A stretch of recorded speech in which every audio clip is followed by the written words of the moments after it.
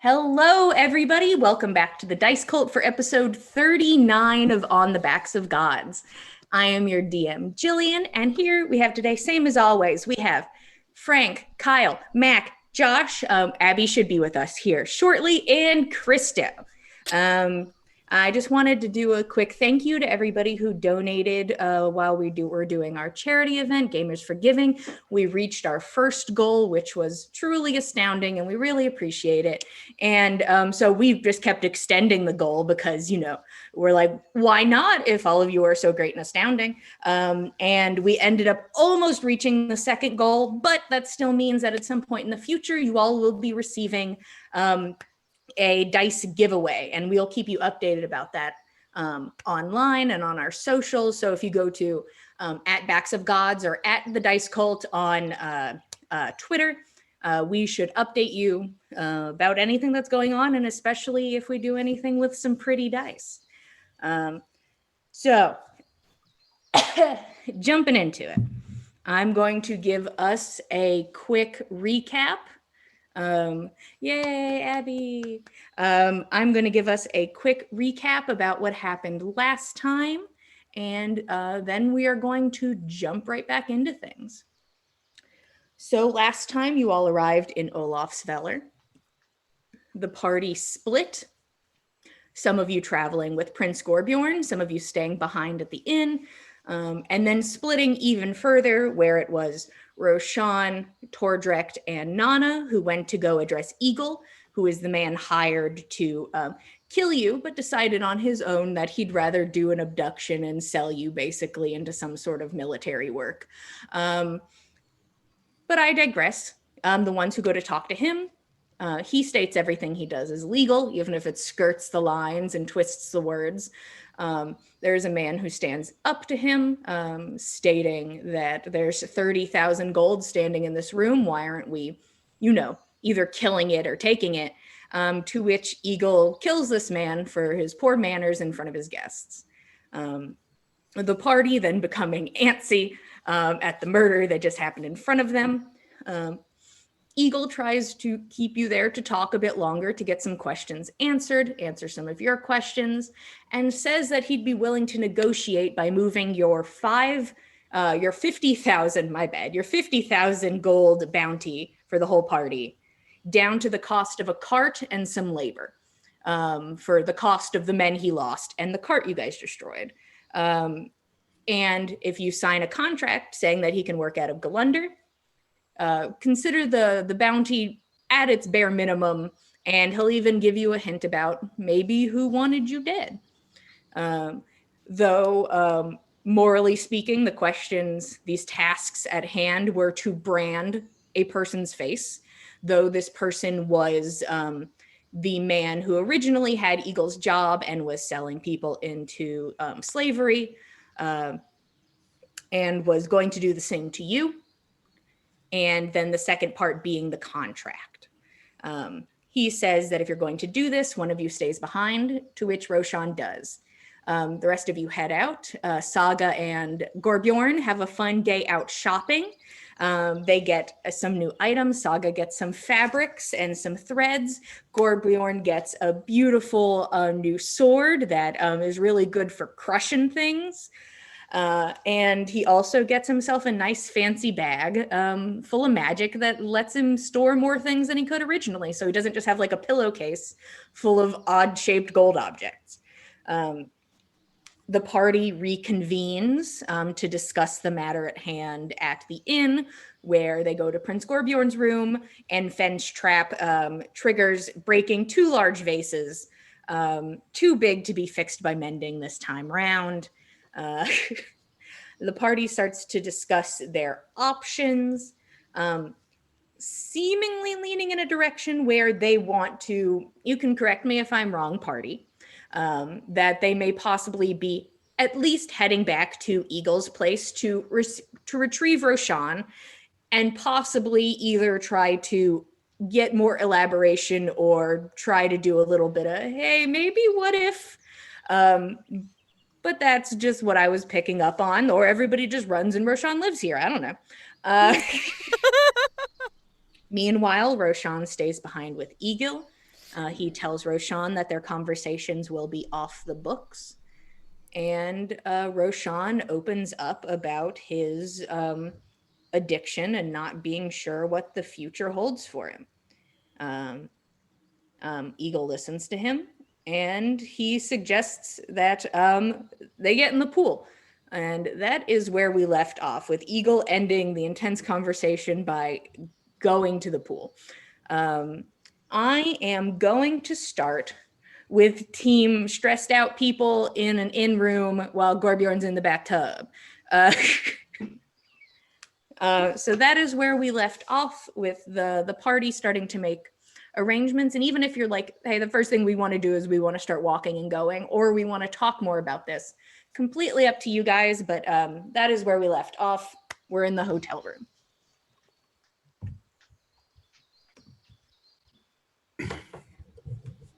Anybody have anything that they want to voice before we, I suppose, make our way back over towards island life?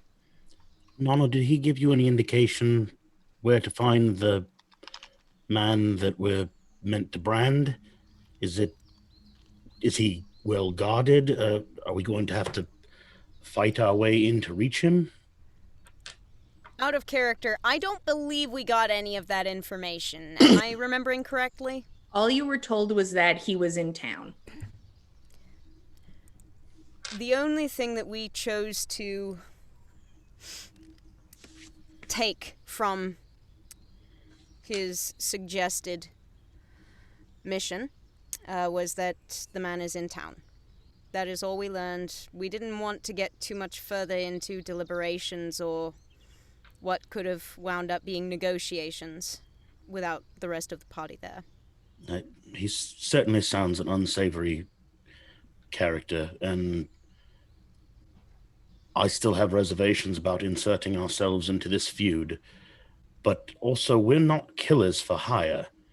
If he has underlings or guards, or far less the town guard, that we put ourselves at odds with them, we are apparently wanted criminals for what we've done already,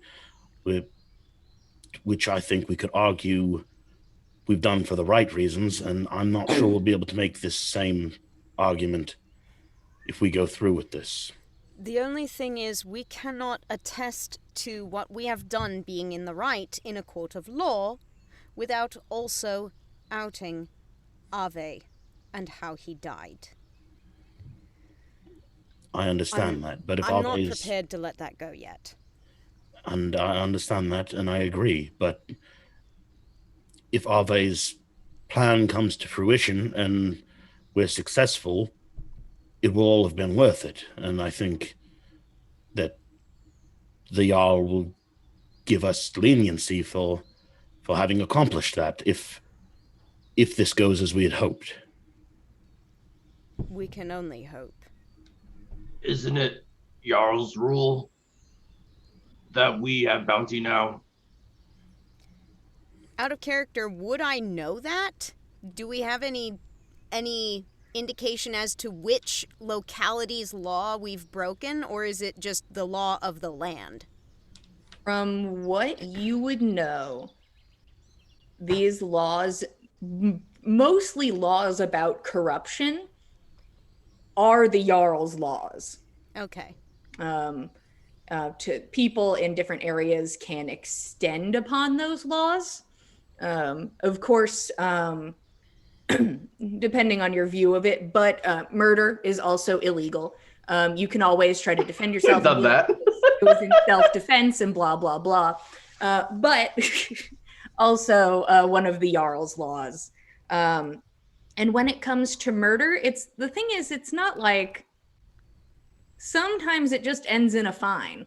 Sometimes you owe that family money is the situation, but it, depending on the chief or the Jarl, it can be escalated.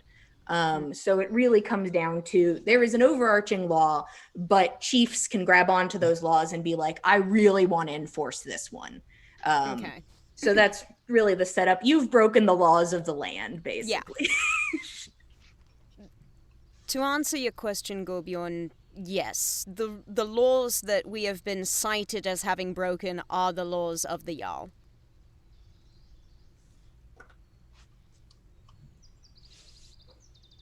How they may have been interpreted depending on the specific area that raised the issue in the first place. We don't know who may have alerted the Jarl to the fact that these laws have been broken.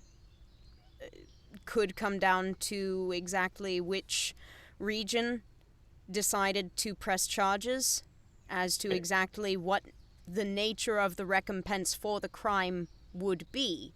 In this case, it seems to be a death sentence. However, it's anyone's guess as to whether this is an official warrant for arrest or death, or if it's someone with a more self-interest based motive coming at us through the law. As for the... Go You ahead. said a lot of words Gorbjorn does not know or understand. Oh, Just no. slowly starts squinting. Poor boy. Poor Um, boy. so like he'll like pause before responding, like going, can Egill get rid of bounty? Not forever. No. He can choose to take the payment that he would be owed for taking the bounty, for turning us in And exchange then- for no longer seeking us. But there And then will we're- be... Then we're presumably left with every other bounty hunter, lawman, anything in the land still on our tail. What We're I buying believe- off the one that happens to know where we are. We're buying off the one that is immediately between us and Gull'Lundr. We know for a fact this one stands between us and home and the finish of this quest. If we can finish our business here fast and make our way out, we won't have lost much time, and hopefully we'll have bought some time in return for some dirty business. At least long enough for us to get back. We follow you, Nanna.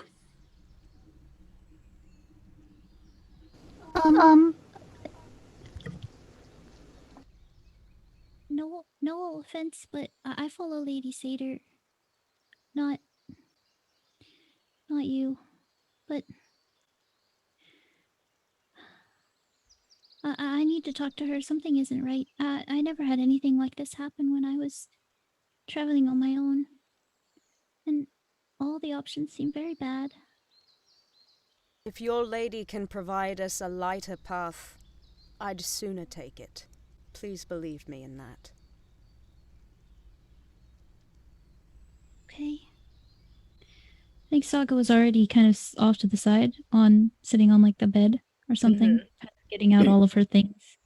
So she's gonna do a little bit of she's gonna try to do a little bit of a prayer and talk to Lady Seidyr about this to see if she can get an answer. Been a little quiet lately, so I don't know, but Yeah. Tordrick, would you like to join me? I don't know, maybe we could talk to your gods as well. I don't know if I want to bring this up to them.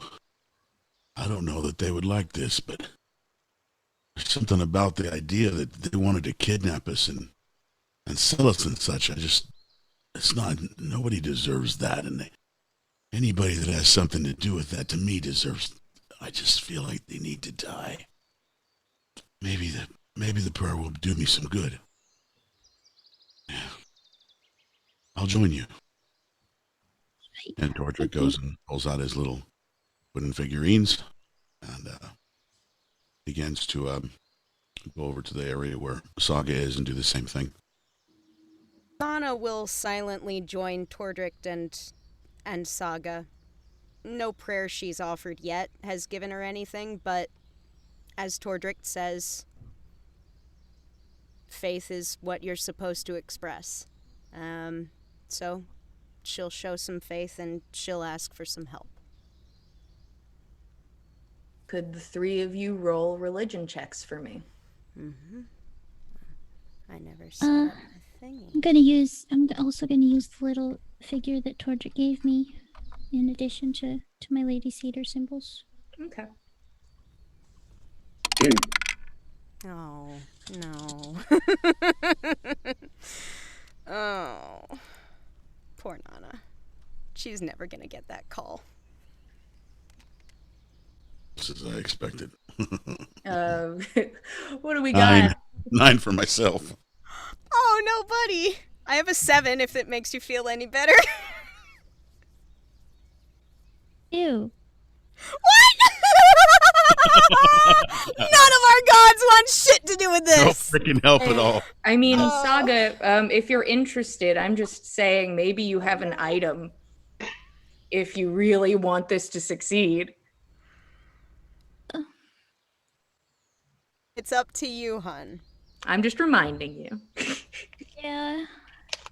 Lady Seidyr hasn't talked to me in a long time, and I miss her.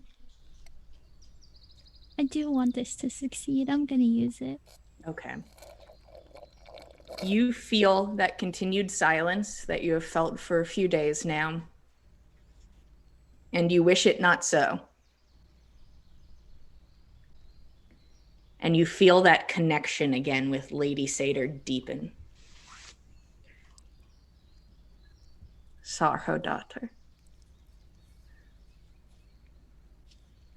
I haven't heard you in so long. I'm so sorry. Something is wrong. I just needed to talk to you.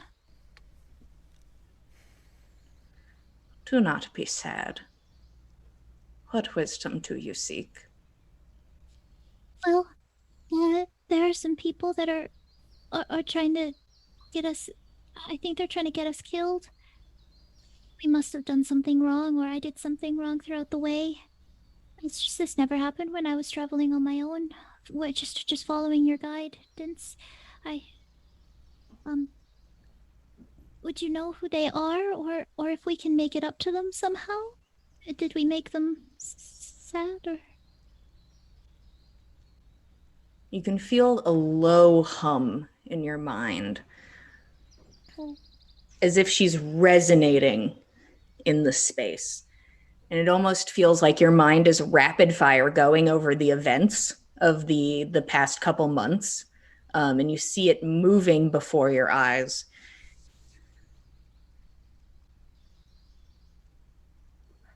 Sarho daughter.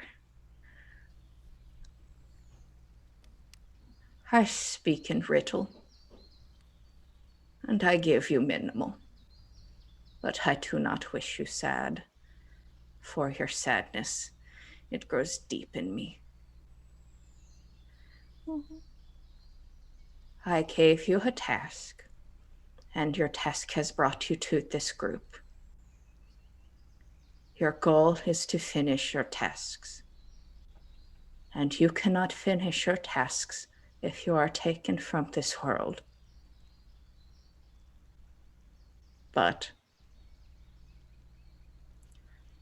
I will give you something. When you meet the man whose face is red, remind him of Serich. Serich? Remind him of Serich.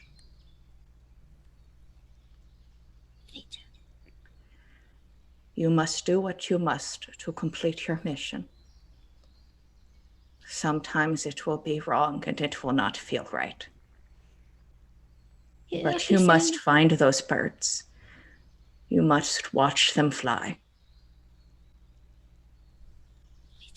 Horse. No tears, sorrow, daughter. No. I just... They're asking that we burn someone's face, or brand them and hurt them. That just doesn't seem like something... Is that okay? Is that alright with you? Is that what you want? I want you to not be sad, Saga, daughter. And if you speak of Seidyr, maybe it can be avoided. That is the most I can do. Thank you. Thank you so much. I'm so glad to hear you again. And I'm trying my best to help and do everything to make you happy as well. That's what makes me not sad. I'm doing my best. Thank you. Thank you. And you can feel, ooh, yes, go ahead. Sorry, one last thing. I was talking to Tordrick, and he gave me this god that is also his. And if you want to talk to her or something at some point, she's like totally available to like help you out with your god stuff. Thank you for your concern, Saga, daughter. Networking. It's good to build influence. Gotta make friends with other gods and stuff, I think. You need to network. Have you considered? We gotta get her up on MySpace. Her top 10 is just composed of the sisters. Like, it's just the sisters. You can feel after her reply to that, she starts to fade, and there is the gentle scent of the sea.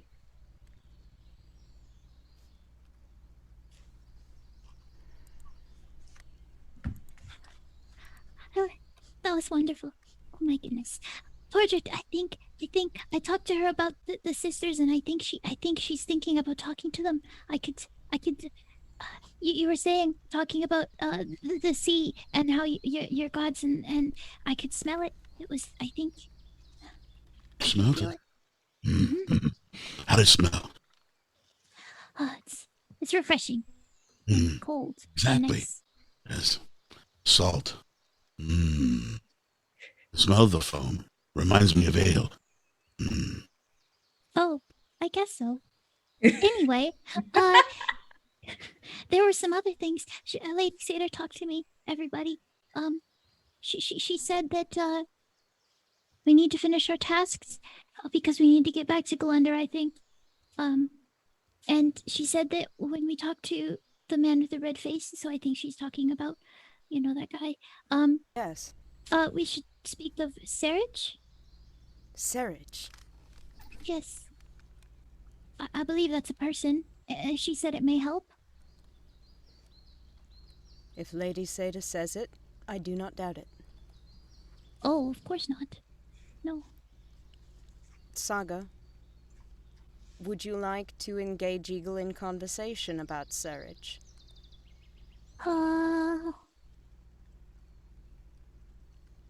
Well, I don't, I can. I mean... You speak well. I only don't want to force the role upon you at the last moment. Well, Lady Seidyr said that she wants me to finish tasks, and that's what's gonna make her happy. So, if that's the case, then I will absolutely help. But if you'd like to do it, that's all right too. But I will. I believe that you can do it better than I can, and I would just as soon see you do it. Oh. All right. Well, maybe he knows Lady Seidyr. Maybe that's why she brought him up. That would be cool. Perhaps we can only mention this Seidyr and find out. I only hope that it's not someone he had a grudge with. Oh. Well, if it she is, said it would help. is. She said it would help. So it's probably fine. I believe you. Kind of playing with that necklace that she has, the fortune one, absentmindedly. Oh dear. Beautiful. Connection's gonna get cut later. Very worried. Oh, no. That was very good information. Oh no. Okay. Should we go and speak now? I don't see why not. Are we ready? Gorbjorn, do you need a towel? Yeah. He's washed Standing. off the face paint and everything, and he's gonna get into normal Gorbjorn attire. All right. Prince Gorbjorn is dead. I mean, you could just say that you're going in disguise. My town clothes thing. Yes, I like to go about the town dressed as a peasant. Okay. Let's carry on then. All right. Are all of you going? Yeah, well, while everyone else was praying, Fen had all his arrows lined up on the table and he's checking the fletching, and he just scoop them up, throw them back in the quiver, and here we go. Okay. Gorgeous. Definitely is going to be right there because he doesn't trust that guy at all with what he's all about. So he doesn't want anything to happen to Saga. He's like right there from the walk on over there. He's he'll more than likely cast a spell of protection over her before she goes into that room. Okay. And it's not like Nanna's going to be leaving Saga in the lurch either. She'll Just pushes her forward and runs. You got this. You'll be fine! I believe in you! Yeah, all of you gather your things and now head as a much larger group to go speak to Egill. Meanwhile, somebody is currently speaking to Egill. Roshan, he finished his conversation with you. He walks past and he pulls off this, and you can tell it is like an incredibly like thick sweater. And he pulls it off and drops it to the ground, and you can hear the soft sound of metal when it hits. That there is something woven or placed inside of this sweater, and it is, you can only assume, either armor or something of the like. He goes and he pulls his pants off, and he has on these shorter pants that are like a tighter, like stretchier looking material that you've never seen before. And you can see when you look around the room that other people have on similar material. And like he looks back, we can get you some. I just feel like I shouldn't show my dick to my employees, is just my thought process. Well, Everyone valid. Yeah. I was planning on just wearing what I've got, but sure, yeah. Yeah. Valrone, could you be a deer? And you just hear a soft sigh from the other side of the room as she goes and comes back with the very thin material and just kind of hands it to you. She makes her way over to the cold pool. I'd like you to roll me perception. I can do that. At disadvantage still? I believe so. Well, that is a nat 1, so 6. Oh, what a shame. I want to know what the hot lady does. But what does she do, Joanne? Maybe you'll get another chance. But you watch as she goes over to the pool, and she does that thing where you like throw all of your hair forward so that you can like tie it up. And then she goes and basically steps on these individual spectral hands, and they form sort of like a long float that she then lays on in the pool and does not fully get in. She's so cool. Roshan's like, everybody's here is fucking rad. I'm at the cool kids table. Man, I've been clowning around with the nerd squad for too long. This is what cool kids are like. Shit. So, Roshan is going to ask Egill, do you mind if I just take a closer look at the room? A little bit of prying eyes. Specifically, what sort of eyes? Eyes that detect magic. And you see him ponder for a moment. I appreciate you asking first. You usually could have gotten away without asking. I'll even let you walk the room. You're welcome to. And the reason I'm going to let you is because I'd like you to know what you're dealing with, because that's only fair. And you watch him get into the pool and he curses the whole way in. Like it's instantly goosebumps and he's just like, God, like it's the coldest pool he's ever gotten in.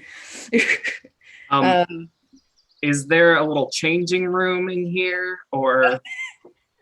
You don't see like a changing room. There are like areas where like fabrics are sort of hung, where you could like maybe get like behind a fabric around like a corner a little bit. There is a back room though, but you haven't seen anybody really go in or out of that room. I won't presume to go into the back room, but I will modestly let myself behind some of these curtains to put on this this new fabric. I'll have to share it with Saga. She's gonna love it. Saga, look at this shit. It's so stretchy. As you're doing that, you watch as like a large spectral fingers reach around and like pull the fabric further out, trying to like assist you. Like, here you go. Now it's more of a curtain. Thanks. That's and all right. Once I'm back there, I will change, but also do a little magic and blink my eyes and they open up and the sclera have gone black and I can now see magic. It is like the modern equivalent would be like you just walked into a rave. The amount of magic in this room is staggering. Let me give you some lists as you make your way around. Go ahead and roll me. I feel like this is Roshan's cup of tea. Not literally, but that's a different thing. That's a whole different topic. Go ahead and roll me Arcana. I'm going to take away your disadvantage for this because I would have given you advantage otherwise. Okay. That's a 19. Okay. First off, instantly the room just flooded with lights in different spots. The first thing that catches your attention is that there are large runes carved onto each wall that you could not see without the magic. It's not like they were visibly etched. Okay. You believe that this is some sort of spell. Your best guess is something called Private Sanctum, where he cannot be scryed upon, people cannot teleport in, that type of thing. Very high defenses. You can also see that there are circles, many of these small circles around the entryway, which you realize are the same size and shape as the explosives that you dealt with. Completely engulfing the door, deep into like the stone of this underground space. So you can't see them any other way. You also see that there is behind the bar, propped up, you see the shape of a large sword, which you believe has a very strong enchantment upon it. You can also see the clothes that Egill discarded have enchantments upon them. And Egill himself has spells active on him currently. You are able to figure out some of it. You believe the class is all abjuration spells. You believe that he has at least Death Ward and protection from poison. So those are the ones you can like actively see on him currently. You can also see that Egill and Valrone glow naturally from their own magics that they possess. You can see where the brand lies on the table that illuminates. You can also see that next to the sword, behind the bar, looks like a rolled up scroll. And you can see that that scroll is illuminated. It's not very big. And also, you can see that behind that door in the back, you believe that there is something akin to a teleportation circle. And this is the one where at first you think, wow, a lot of people in this room can use magic, as you see at least half of the guests seem to be engulfed in magic. But after you focus in on somebody, maybe trying to figure out exactly what this magic is, you realize that half the people in the room are not real. They are illusions. That's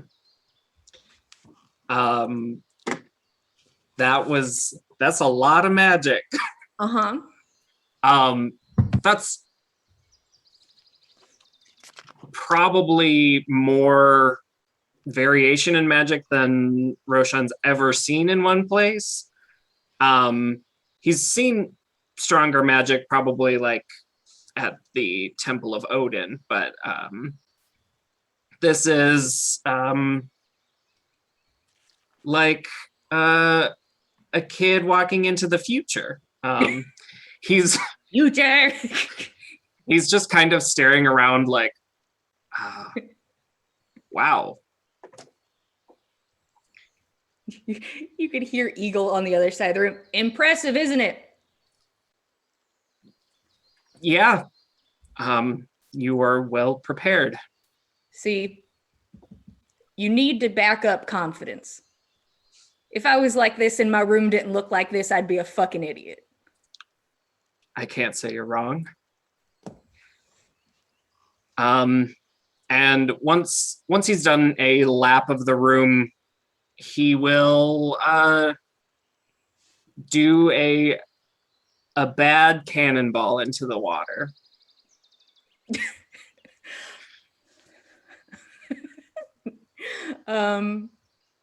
Go ahead and roll me acrobatics or athletics, please. There's no, even like on a nat 1, it's not like you're going to like snap your neck or anything. I just want to know something. That's a 4. Okay. It's really bad. You've never you maybe as a kid cannonballed into like a cold lake. When you hit the water, it's not as cold as Egill was like presenting, like he was just walking into like an iced lake. But when you jump in,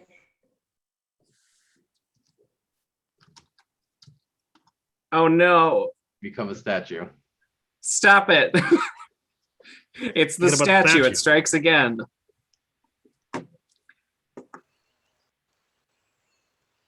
Oh. Hey. Welcome back. Thank you. You hear a hiss from Valrone as water splashes onto her. And as you see, she was keeping pretty dry on her flotation device of hands. But she like hisses out at the impact of cold water, and you hear Egill snort, "You're fine, suck it up." And you can hear his teeth chattering. So you have to get into the cold pool first to get the blood circulating, and then you go sit in the hot one the rest of the time. Oh, I see. I apologize, Miss Valrone, and Roshan will cast prestidigitation to just wick away the water.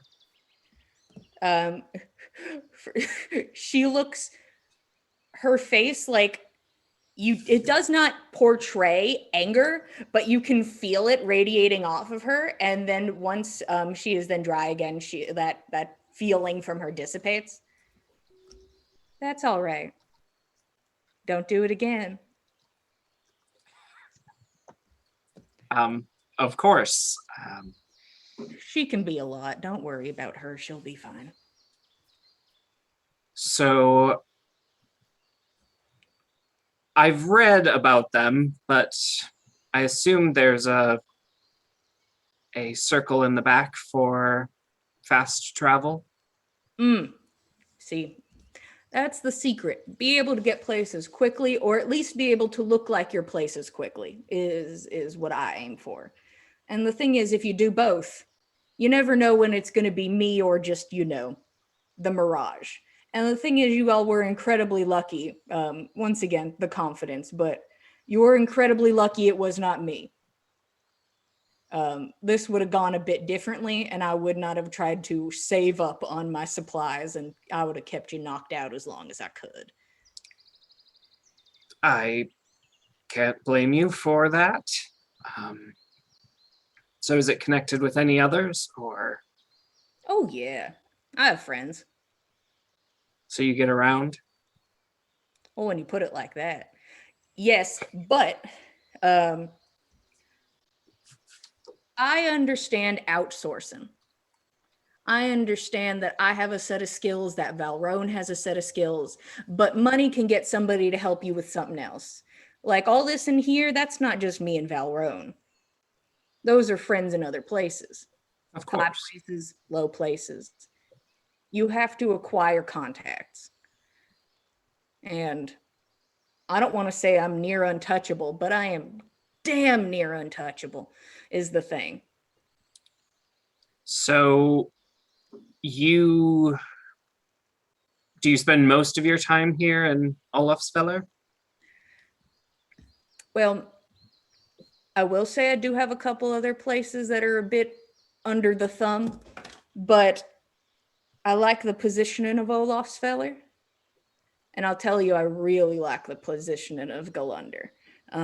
Good spot, pretty close to the capital, well respected. That's something I like. Because the thing is, if you come here to Olafsfeller, you bring two types of people. But when you go to Gull'Lundr, you're good people. Yeah. I think I could fit in all right. Not saying I'll be there all the time, but I think, and I mean no offense, that for a while you'd stick out like a sore thumb. That's understandable. Seeing as, at least in my opinion, if you presented yourself more visually and emotions to your chest, I don't think that stands out like a sore thumb. But the fact that you've been hiding it for an extended period of time under so much clothing, truly hate to see it. I can barely find a fucking tiefling anywhere. I can't point him out anymore. Are they too good at hiding themselves or just too scarce? Both. And a lot of the times, if they don't live on hell, they don't stick to cities, or they're real good at hiding. I just look like I'm hot all the time. Like if I put on a hood, I just look a little toasty. Maybe I like blush. I don't know. But there's something about hiding that I'm certainly not going to do. You looking hot all the time when you are obviously freezing is a little funny. It is so fucking cold here. And this pool is so fucking cold. And I'll tell you what, you best hope that your fucking friends agree to my terms, because I'm going to be furious if I have to go out there and find y'all. Oh, well. Well, maybe we should try out the hot pool to calm your nerves before they come, because I have no idea what they decided. That's true. There's always a part of me that's like, if they just kick open the door, I had You'll blow somebody it up? do that. I had somebody do that once. God. Hot pool it is. He gets out. You could see he's actively shivering. Like this very imposing, he seems like very magic dependent, but he is lean muscle. You can see that he is solid. And he makes his way over and he's like, you want to see her? And he makes his way over to the bar. Oh, Um, sure. The large sword, yours? Indeed. And he pulls out, he reaches behind and puts a sword down on the bar. Now this right here, favorite thing in the room. I have a fucking teleportation circle, but this is my favorite thing in the fucking room. She's beautiful, and I love to get to use her. And, you know, I'm really hoping not to have to today, you know? I hope not as well. What does she do? Roll persuasion.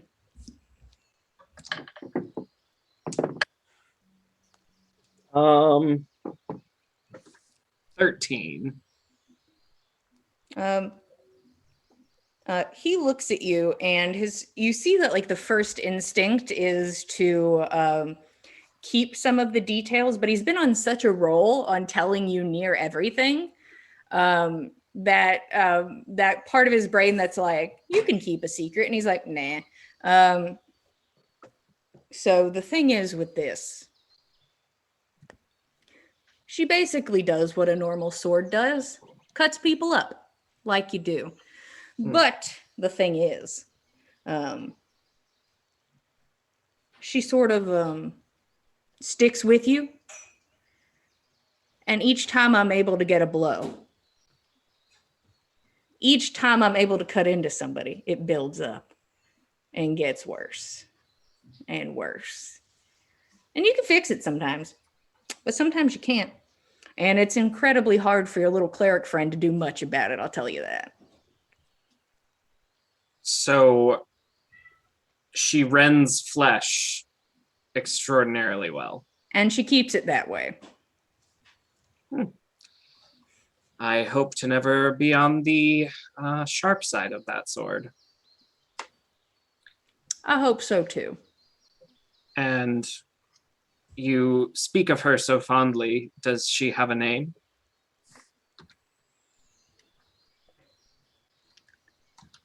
Maybe I'll try to think of one. And he walks over to the hot pool, leaving the sword on the bar. I'd like you to roll insight. 12. One moment. Let me get to my skills. Or not, whatever. Hey, D&D Beyond, please sponsor us, but also your app makes me so mad. Oh.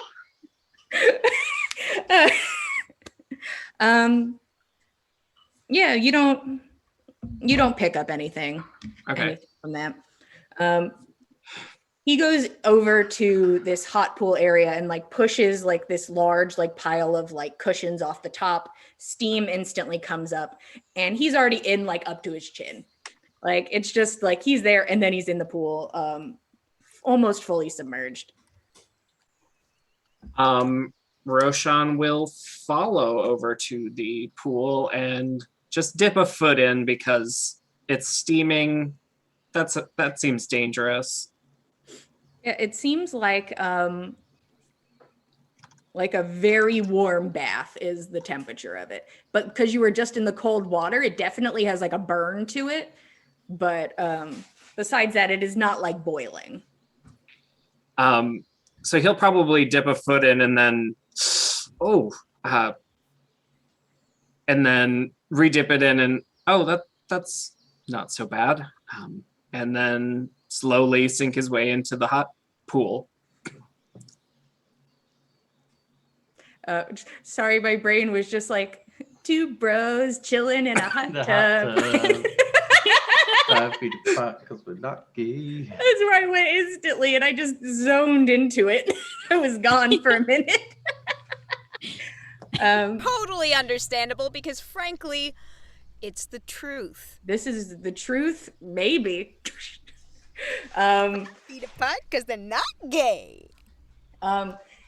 You see, I'm not even going to have you roll for this. This man is fully de-armored weapon across the room, head laying back against the pool, neck fully exposed. There is literally not an ounce of fear or concern for his life next to you. He doesn't think you'll do shit, or if you do, he doesn't seem concerned about that. Oh, I would.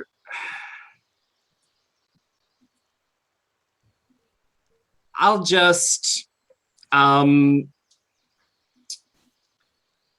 maybe it's cocky, maybe it's not, but just casually touch his neck, as I'm getting into the pool or into the hot pool. It's the hot pool. His eyes are closed and he like peeks one eye open and then he closes it and just goes back to relaxing. Does not seem phased. You are awfully comfortable. I could only hope to one day be that comfortable. It takes a while to get there. Not gonna fucking lie about it. Gotta work for it. And sometimes you gotta do some terrible fucking shit for it. But I am comfortable. And I'd rather be dead than uncomfortable, I'll tell you that much. Does anything scare you?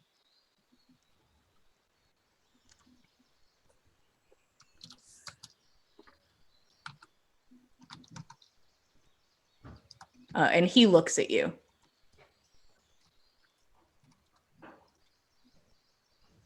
Not a damn thing. I would like to insight that. By all means. I got a 9. I can't roll for shit today. Well, you don't catch even a waver of distruth in that. You don't think he's afraid of anything.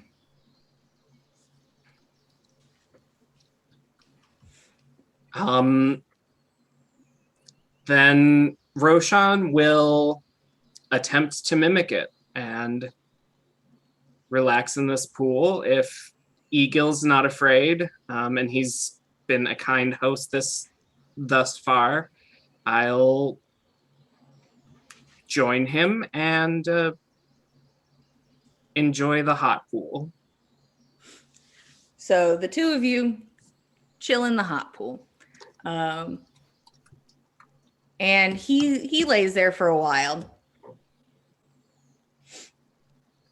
And you hear him start talking in a language, and he's not speaking to you. You hear that he's talking louder to speak across the room. What languages do you know? Abyssal, Celestial, Common, and Infernal. Oh, what a lucky day then. He is speaking in Abyssal. You can hear that he calls over. Valrone, darling, whenever you want to. Totally up to you.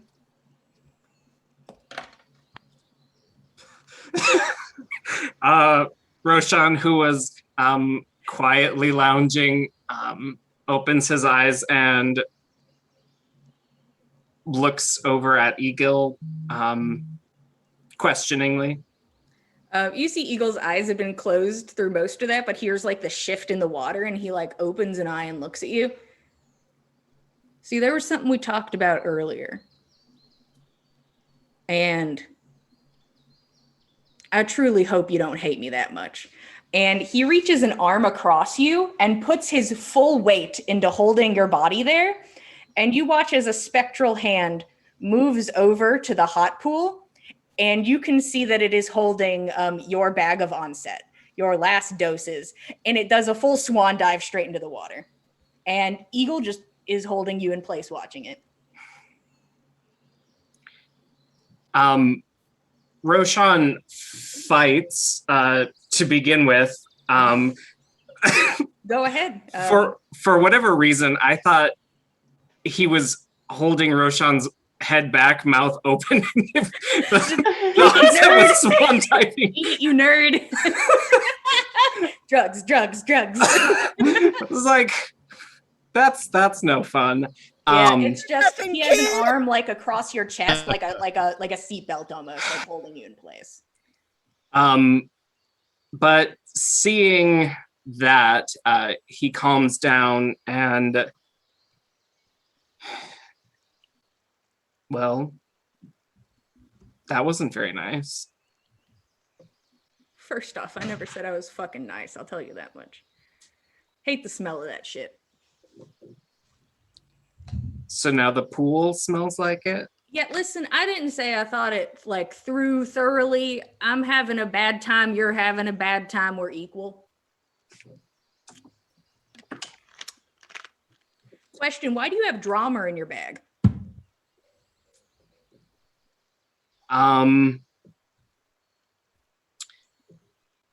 So I just rolled the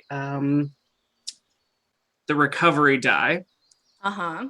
And it rolled a 1. Gotcha. Because that was a whole lot to handle. And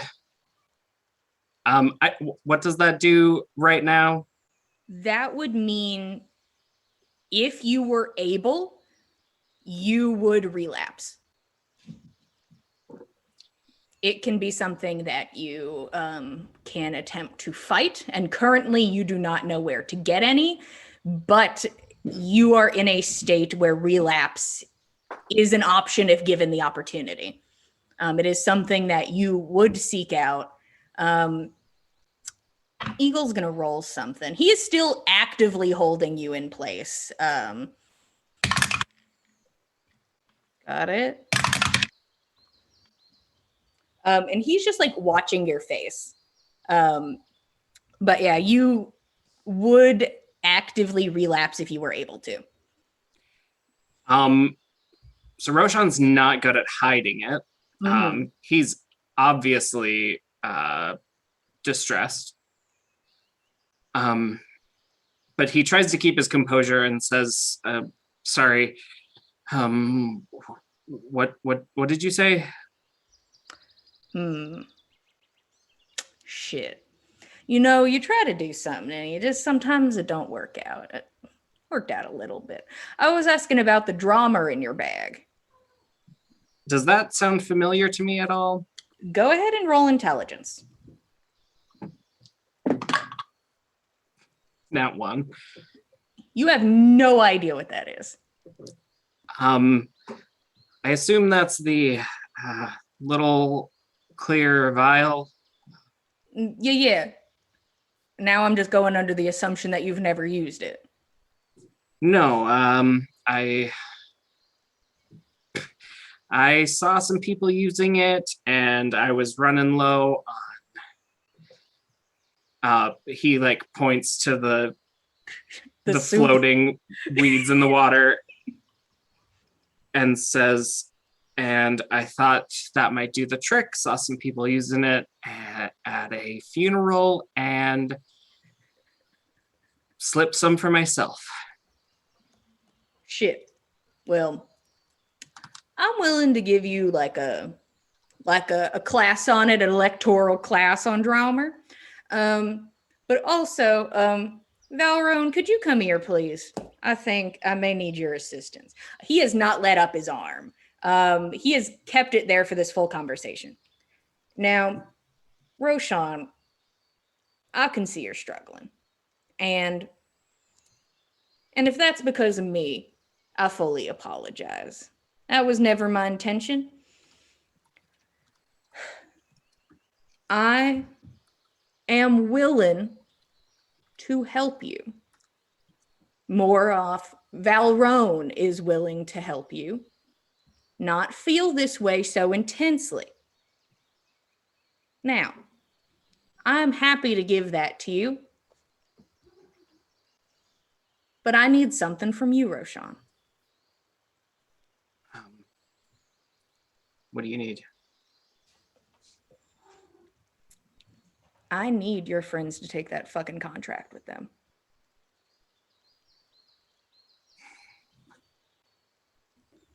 Yeah. Okay. You sit pretty real quick. And he like pats your cheek. You can hear Valrone walking over, and she sits behind you on the edge of the pool, and you watch as like she's sort of like straddled behind you. And she places 2 hands on either side of your head. Now listen, we're not curing nothing. We're just going to take the edge off just a little bit more. The thing I could do just keeps you calm. I can see you're fucking freaking out. So we're going to try and just take a little bit more of that edge off. Does that sound good? Yeah, sorry. Whatever you can do. He looks to her and he nods. And it almost feels like, for a moment, like a sharp impact, just right above your ears on the sides, which is startling. But it's almost the sensation of like if you went to the hospital and were given like a dose of morphine, where it hits you like a train very aggressively and then there's the calm after it. This does not get you high or anything by any stretch of the imagination, but you do feel the need to relapse start to ebb, and you are going to lose one of the levels that you had acquired on your withdrawal symptoms. And I'll give you what that entails. But instead of being at 3 levels, you are now at 2 levels. And I'm going to double check to make sure it doesn't get rid of more than that. And I'll tell you if it does. But just because you already rolled so high on Arcana, I'm just going to keep that going. You think she did some sort of greater restoration on you, and that was able to push out some of this negative effect. And I am going to put you back at 1d4. Okay. Because in this place, you are not actively able to relapse, and you are now being basically magically put back where you were and in an even better spot. Okay. And basically, Egill watches you. Any better?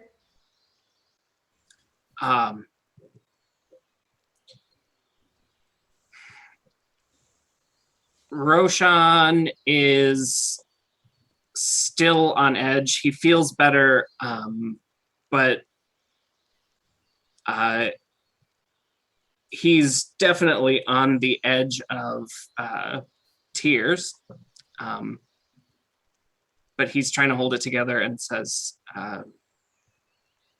yeah, feels better. Valrone stands up, and she like runs a finger through the water, and you watch as like a lot of the contamination starts to clear up, and the smell starts to dissipate. Yeah, I hope you haven't been kissing anybody about taking that shit. Terrible in the fucking mouth. Oh, no. I haven't been doing any kissing. That's a damn shame. And he goes back to sitting next to you, and goes back to being comfortable. Meanwhile, we're going to go back to the party, but also this is where we're going to take our break. So we will jump back into it and see as the rest of the party makes their way back to Egill's humble abode, and see how that goes.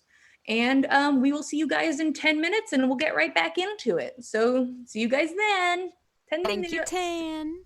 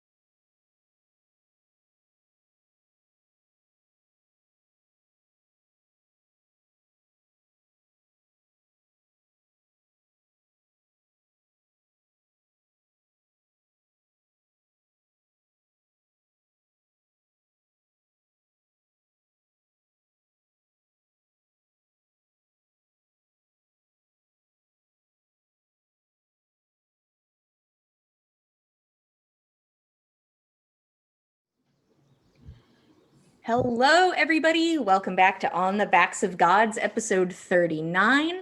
We left off with the party, most of them reconvening at the hotel and going to possibly finish their encounter with Egill. Roshan stayed behind as collateral, spent most of the time speaking to Egill and scoping out the area, seeing how much magic is truly holding this room and Egill together, seeing how well prepared he is to back up his confidence. During that time, Egill pours out the rest of Roshan's onset, which causes him to sort of slip, and basically the holding back of the floodgates snaps, and there is the need to relapse. But Egill offers a deal that if he is able to get his friends to agree to the contract, he can help him currently. To which he is able to get Roshan at least back on stable footing. He then goes back to relaxing. You've probably been there with him, probably at least verging on a bit over an hour now, maybe, is where you currently are with this. Is there anything else you wanted to do? So after Egill goes back to relaxing, Roshan is going to sit there stunned for 10 or 15 seconds and then slowly let himself sink under the water. And when he gets all the way under, he's just going to open his mouth and scream as loud as he can underwater. And then he is going to slowly drift back up, chin above the water. You go down and scream, and there's the sound, you believe, is mostly contained, at least. There are the bubbles that fly up. And when you eventually come back up, face partially exposed, you feel an incredibly hot hand reach over and sort of just like move like the wet hair that is kind of like stuck to your face, and he like pushes it off to the side. He doesn't say anything, but he just sits there. At this point, Roshan is content to sit there in silence and wait for someone to come back for him, hopefully. Roshan is like, I am now tired, and I'm gonna rest a minute, if that's cool with everybody. You sit, and the heat of the water is relaxing. Like, you can feel sweat on your face because you're just a normal human person. You know me, Roshan, normal person. That's my last name, Normalman. And you just sit there in silence together. Meanwhile, here comes the party. Here come the party. I can't say instilled with confidence or, excitement, but here comes the party. Yep, here we go. I'm not going to say it's to the full extent of a death march, but it's somewhere between those two things. It is walking towards an unsettling situation with an unknown outcome. Yeah, that's accurate. You all make it to Island Life, and you all go inside, and you can see that there's the few people up top who are smoking and drinking, and you see the smiling woman at the bar. Hello there! Oh my gosh, there's so many of you this time. Aren't you cute? And she is talking to Saga. You're muted, honey. I can't hear you. The room's so big. You know, need to speak up. I'm sorry. Leans in. Oh, hello. I really like your voice. It's very fun. Oh my God, thank you. I also like it. I think it makes me like, like a little different.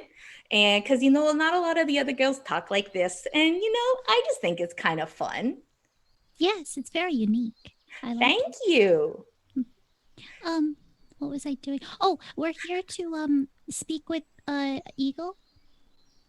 Of course. You don't mind if I sketch all of you real fast? Because honestly, I can't let you in unless you let me. I do feel Oh, like you're that would gonna- have been something we would have mentioned as part of like the breakdown of what all went down with Egill previously. Okay, then her reaction is slightly. Oh, okay. Yeah. Could you do I don't know if this is too much, but could you do 2?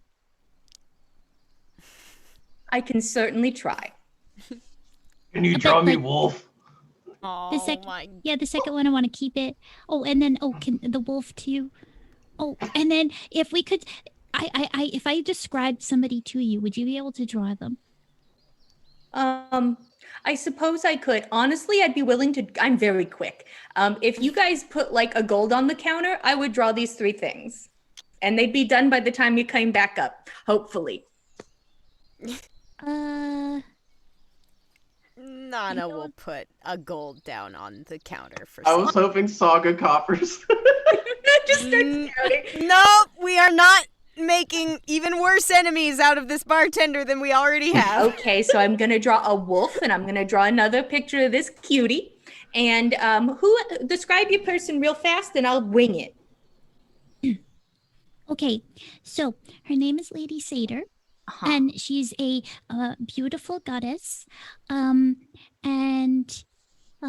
she's really nice, and I've never seen her, so I can't describe what she looks like, but I can describe that she is a very good goddess. Okay, I think I can work with that. You should describe her voice. Tell her what she sounds like. Oh God. Oh no, you're not there! Voice from below. Hey! Tell her what she sounds like! Well, I don't know if it's helpful, but sometimes she speaks to me, like through visions and things. And she likes the water, and she likes to say, like, she likes I like jellyfish specifically, but that is also her thing too. So if you could add some of that. And then does like the sound of people, does that help you see their face? I mean, honestly, anything would help at this point. Okay, great. Okay, well, she's like, Soro daughter, I would love to help you, and I don't want you to ever be sad of anything, and I need you to do this and do that, and then I will talk to you with riddles, and then you will figure them out, and Soro daughter, happiness and stuff. Yeah, I think that's doable. Okay. First I'm gonna sketch all of you, and then if you guys come back up, hopefully, I'll give you these. And she starts to sketch. Does anybody want a drink while I'm doing this? They still cost up here, so honestly, you might just want to wait till you're downstairs. I never wait for alcohol. I'll have a shot. Whiskey. That is please. very true. 1 copper, please. And she, with her free hand, pours you a drink and pushes it across the bar. All right. Saga's doing a little kid thing where she's like sitting on the bar and like staring at her draw. Yeah. Okay. And then he's got the little squigglums. Got it. And Gorbjorn would probably try to pose the hide as Scar kind of thing. he's like, get this side. This is my good side. Amazing. Okay. And she's very fast at sketching. Like, it is not the most detailed things in the world, but it is definitely like, if that was up on a wanted poster, I'd know who that was. Is kind of the detail level. And she's like, all right. And she rolls it up. 1 second. And she puts it behind the bar and into the pipe, and she waits. And then she just, her focus goes elsewhere. Okay, just a second. Now, I would say I'm going to give you guys a little bit of a heads up, a little bit of a warning. When there was 3 of you, See, that's a very, I think, respectable number. There's a lot of you, so I advise remembering your manners and maybe not all, talking at the same time. And, maybe not saying something if it doesn't need to be said, yeah? Not all of us are men. That's very true, ladies. And she finishes the sketch and she shows you all your lineup. Here you go. And that went down the pipe. And she waits another moment longer and you all watch as the candle illuminates behind her. Oh, look, you've been invited down. Hope to see you come back up. And she holds the curtain to the side. Saga's like, you too. Just like how at the movies you're like, enjoy the you too. Oh my god. Walking down the stairs. Shit. Why did I say that? Okay. Amazing. Let's head down. You all start to make your way downstairs. Meanwhile, Roshan, you hear the soft sound of a bell. And you hear Egill murmur, and you feel him stand up out of the water. Well, it looks like you're getting picked up from daycare. I'm going to put pants on because there's just something not superimposing about this. Wouldn't want to be caught with your pants around your ankles. See, now that's Or a different not type even of power play. But not for today. Amazing. He goes over, he walks past Valrone, who you watch also is able to prestidigitate the water off of him. And he starts to pull his clothing back on. Would have liked to sit a little bit fucking longer. But I had a feeling they would be back a bit quickly. Only got to hang out a couple hours. Devastating. Now, Roshan, you remember what we spoke about, yes? This contract's very important. And honestly, not just for me, I truly think that Gull'Lundr will benefit. And maybe it needs a benefit right now.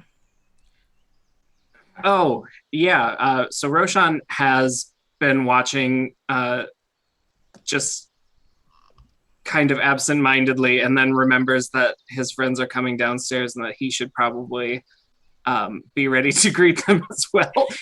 So he rushes out of the pool, the hot pool, and snaps his fingers and dries off and goes to change back into his own clothes behind the curtain.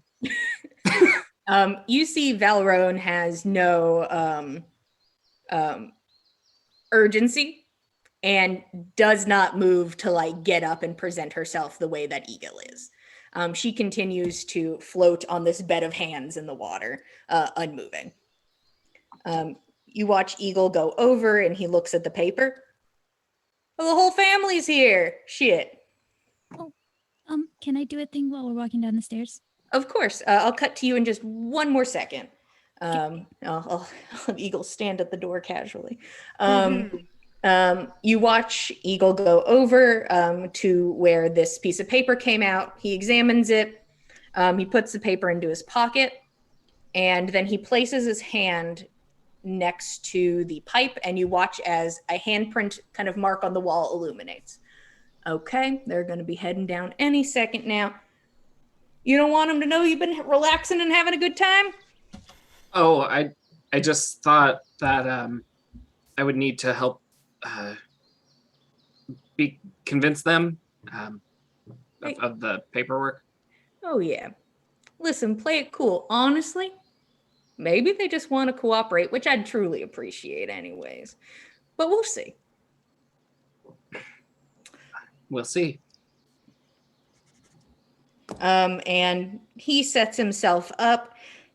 You watch as he puts his sword back behind the bar, and he gets himself situated. Meanwhile, coming down the stairs, what's up, Saga? I could have done this on the walk here as well, but I want to Okay. cast mage armor. Okay. Yeah, you can Yeah. do that. What level is that? First level. Yeah, go ahead and roll me some wild magic. That's what I was thinking. Like maybe I should do it before we get in here, so I don't Yeah. explode on the stairs. So just Yeah, explode that in would the be good. stairwell. Oh God, no! All the bombs go off. No! Oh no! Oh God! Please have done it outside. I'm so glad this is. I rolled a 3, but thankfully this is. Oh. We're not doing anything Oh, fancy thank this God. time, so it's still fast. Why are you looking at like that? Oh, you're frozen. Okay. So scared. Oh no! The serious stare. No, Your wild magic turned her into a statue. I was God waiting for damn her to it! be Who like, keeps mentioning the statue? The evil eye. The Oh. evil eye. waiting for her to be like, you fail. Ah! Yeah, so you Back to his that's a story. good idea. I could just make this fail, but What? No, I didn't. You were away when I said that. It doesn't count. it doesn't count. It's not real if you were frozen, it don't count. Yeah. No, you succeed. Okay. And you cast mage armor on yourself. Uh-huh. And is there anything else anybody wanted to do before walking into Egill's space? At some point, Tordrick's going to tell Saga that he's going to bless her with a emboldening bond. So if something happens where he decides to attack her, that the damage will go to Tordrick instead. You know, if he hits you, it'll hurt me, not you. Thank you very much. I hope that doesn't happen though, because that would hurt you a lot. I can take it. All right, if you say so, as long as the gods are on our side and everything. Thank you. Okay. Anything else? Alrighty. You all make your way down the stairs. The few of you who haven't gotten to do this yet get to experience the intensifying heat as you make your way down this spiral staircase.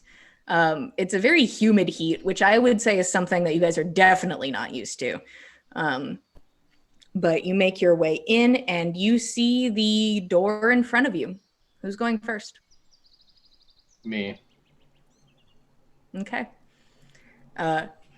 Gorbjorn, tell me how you enter this room. Knock, knock, open up the door. It's me. Knock, knock, it me. Knock, knock, it me. Hello. I mean, maybe try just knocking to start. I'll be behind Gorbjorn. You have to stop yourself from being like, and announcing Prince Gorbjorn as you've entered every room. Oh, we're in disguise now. Yeah, he's not dressed up. He's like, what? He doesn't Prince have is in his town clothes. He's not a prince now. And you all see Egill leaning against the bar, basically in the same spot that you saw him when you first entered. Good to see everybody. Welcome back. Would anybody like a drink? First off, look at him, not a hair harmed on his head. Most How does he look? appreciated. He looks mostly relaxed, but also like beet red, like very red. It's very hot in here. Everyone's like, yeah, if I was here for 2 hours, totally would be that toasty. I mean, just Nanna feels concerned. like she would be. Can I insight check Roshan to make sure that he's okay?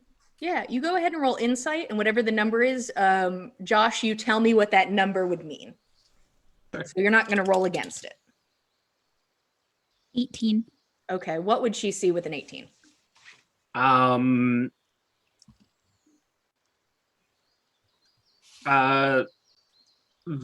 There's a whole panoply of emotions that Roshan is giving off.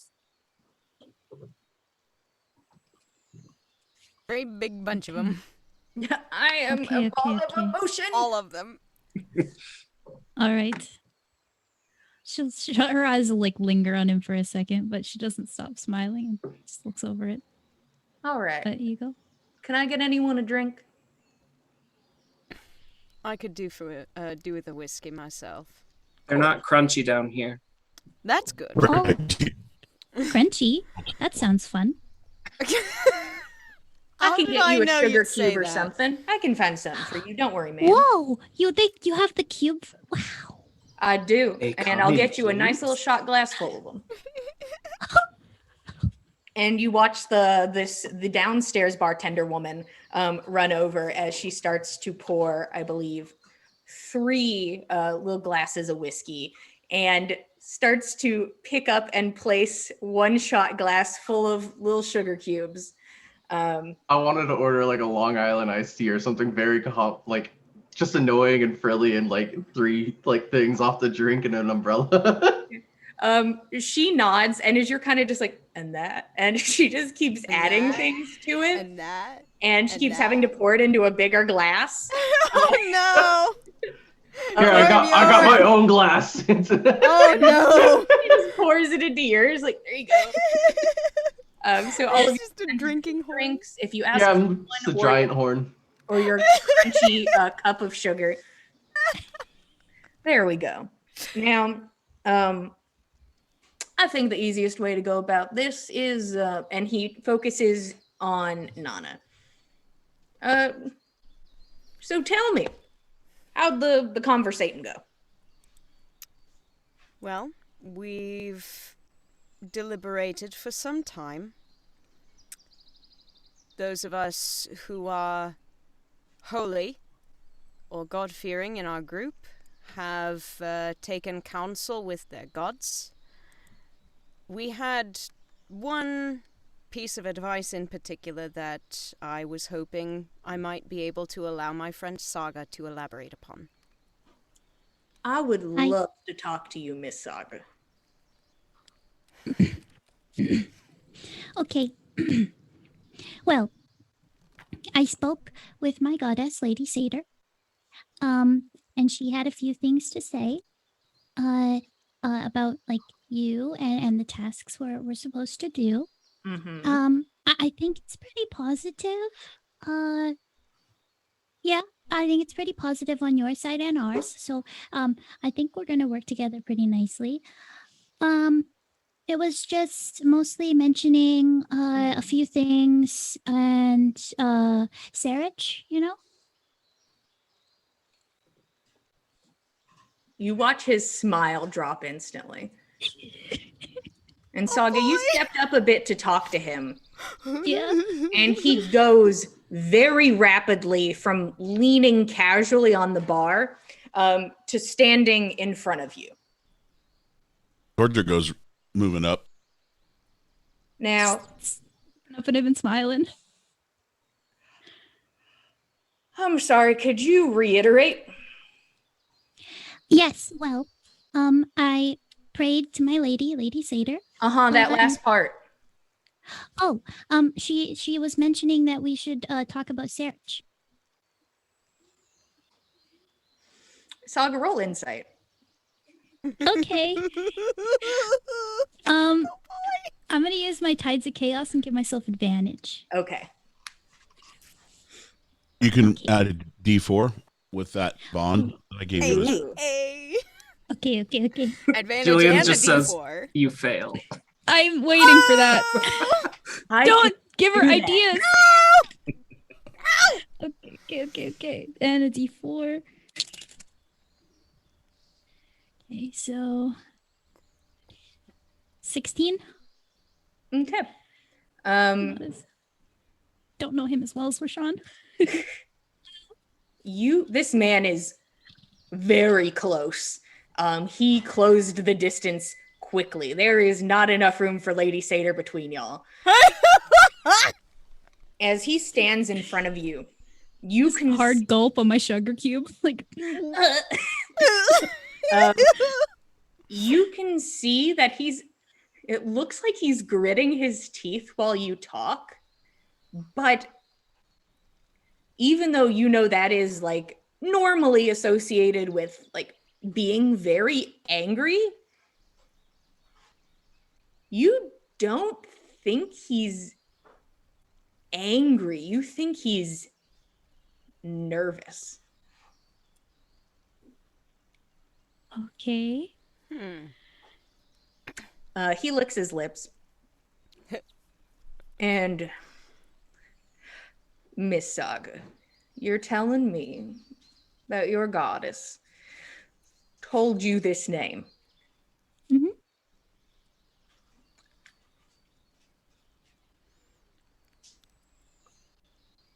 We speak quite often. She sometimes gives me visions, so maybe next time she'll show me a bit more, and that would be fun.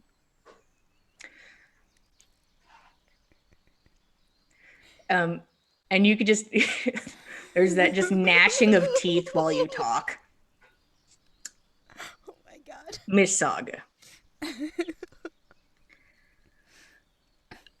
I think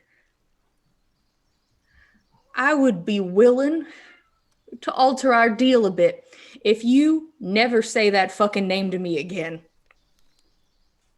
Oh. You don't say it to anyone else. I don't hear it come out of any of y'all's fucking mouths. And I'm willing to maybe make this a bit easier on everybody. How about that?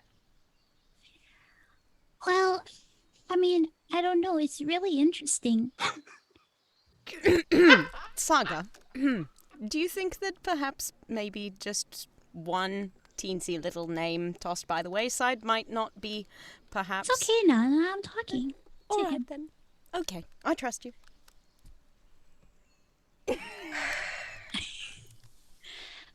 I just really find it super interesting, but like if you really have a huge problem with it, I wouldn't want to make you too uncomfortable, but I also would say that branding somebody and having a bunch of money on my head and everything, that makes me pretty uncomfortable. So maybe we can like mutually be nice. And you see he's able to pry his teeth away from each other enough to like push the smirk back up. And he lowers his voice. You're a crafty little shit, aren't you? Oh, people have said that. I actually made this dress all on my own.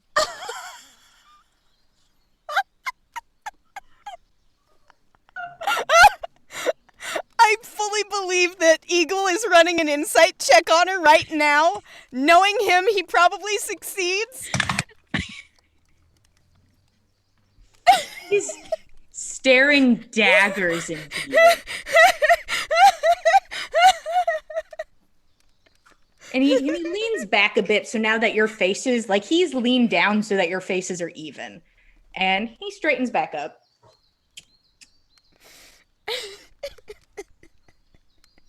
I am a man of deals, Miss Saga, and I am happy to continue to do business with you. Now here's the thing. How about for you to remove that word from your vocabulary? And everybody here currently. I'll find somebody else for the first task. But I need that contract signed. And he whistles. And you see that he doesn't even look at anybody. He does not move to address anybody in particular. But you watch a muscular man stand up, walks over to the side of the bar, picks up the brand without a word, and starts to walk off. Oh. See, I can be reasonable, but the thing is, I still need to make up the money I'm gonna be losing. I'll tell you that name ain't worth 50,000 to me. I'll tell you that. Oh. Oh no, tell us it for free? Is that what the word was? For free? She was gonna say, I'll tell you that, but that's a lie. Actually, I want to be your friend. Fucking much. Now, I will tell you this much. That name is not worth 50,000 fucking gold to me. But I'm willing to pawn that off on him. It'll be fine. But I need that contract signed, or I will certainly be hunting you down. And honestly, you know, maybe I'll just go along with the contract and cut all you down. Honestly, it doesn't even feel like it's worth the extra money at this point. So all I'm asking is for you to take this contract, Nanna Hemming, sign that you've received it. It is very obviously labeled where you are signing it. This is not me tricking you into agreeing to it, but you will take it back with you to Gull'Lundr. It'll be signed by whoever is appointed chief, and once it is signed, it'll come back to me. I think that killing us and everything, like following through with that part, that would be a kind of a bad idea on your part. Because I am like the champion of Lady Seidyr, and if she has this stuff going on, I don't think she'd be too happy if I died. I thoroughly agree. I'd love to keep you alive, Miss Saga. I see a bright future ahead of you. Don't you agree, Nanna? I most certainly do. And I believe that this is some business I think that we can certainly conduct and see through. Is there a specific courier service with which you do business for paperwork of this nature? I appreciate you checking in with me. The second it is signed by the chief, it will return to me. Convenient. I usually like to go for convenience, which I'm sure you've Save a noticed. fortune postage. See, that's the goal. Penny pinching. Now, Nanna Hemming, if you'd like to step over here. Saga, you are most certainly willing to step over as well, but I do not want to be, I don't need the clutter of all of you on top of me. That is fair. Well, I can see from not I don't need to get on your shoulders or anything. It's okay. All right. That sounds Okay. great. He motions to the bartender who reaches behind. Nanna, because you're close to the bar, you do get a glance of that sword on the other side of the bar. You see she reaches next to it and pulls out a scroll. And she places it down in front of you. Okay. Now, Nanna Hemming, I will allow you to read this contract right now. And the thing is, even though you sign it as courier, that does not mean it has to be signed once you figure out who chief is. But that means that, we go back to square one. And I don't really plan on talking it out again. That certainly makes sense. I agree. By all means, take a peek. Read it over. Anybody's welcome to take a dip if they want to. That is a cold pool. That is a hot pool. Nanna will sit down with the paper and read it over best she can. She knows some about, contracts and stuff. She saw He knows very minimal. Yeah. Saga's gonna look over her shoulder, not knowing anything more, but she's just this is really fun. Nanna and Saga, you both may roll intelligence, both of you with disadvantage. Oh, shit. This is a legal document. This is a bit different than, two chiefs shaking hands, which is more your style, Nanna. It's just people shake hands and it's a done deal. Man, why can't it just be simple? Oh, no. That's the devil in the details. Yeah. Does anybody else want to look over my shoulder? Yeah, Egill is staying in that area and asked to not be crowded. That's fair. Doesn't mean people can't look at it later, but currently he's like, this is enough. With disadvantage, that's a 7. Okay. I don't expect I got much. This isn't going to really help much, but I'm going to use my another Tides of Chaos to get advantage, so straight roll. Straight roll. One. Yeah.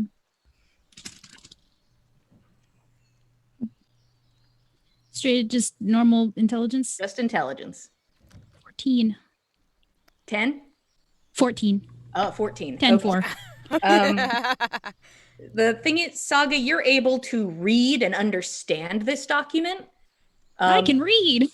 That's amazing. You roll a Nanna's 14, just like you can read. geometry flying around her head.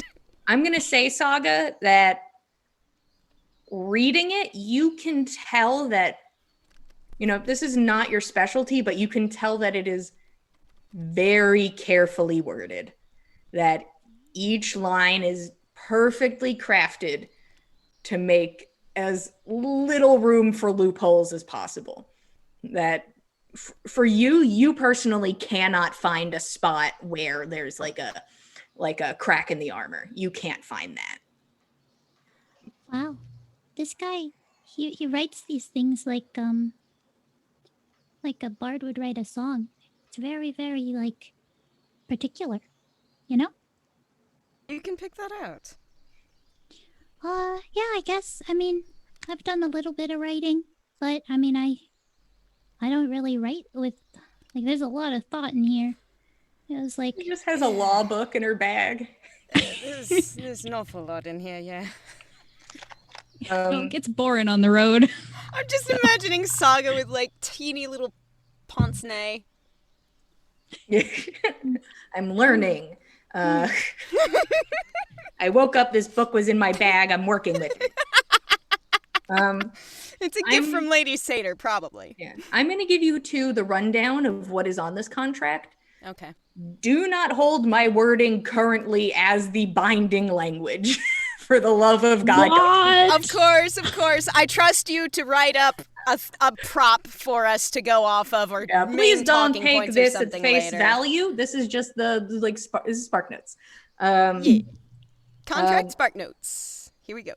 The first part you read, Nanna, which you see instantly negates one of the things you had been talking about, which was changing laws. I'm just going to point that out. The first part of this contract says, upon receiving this contract, no new laws may be enacted. So from the moment of receiving, all parties agree to cause no harm to each other once contract is signed. That there may not be any hindering of work, and any laws that are put in place later by Gull'Lundr cannot have any language which will impact Egill's business. So it must be consulted with him prior if a new law is being put into place. I would assume just like mainly in regards to laws that might concern his business, not just all laws all the time. It says all laws. Oh, Any cool. new law. Oh. So if it has, he's saying great. if it has nothing to do with him, he does not care if it goes through, but he needs to see it first. Oh, cool. Okay. That feels great. All of these laws will be followed by associates of Egill while in limits of Gull'Lundr. Okay. No law enforcement may hinder legal work. No hiring of outside individuals to cause harm or break any of the specified rules. And you see a part which he hadn't talked about. Gull'Lundr will receive a cut of all profits. And it's not an incredibly large percentage, but there is a percentage stated that Gull'Lundr will profit from his work. He also requests that he is given a plot of land in the limits of town that will house the business, whether existing prior or it needs to be built, but he needs to be given a spot of land. Any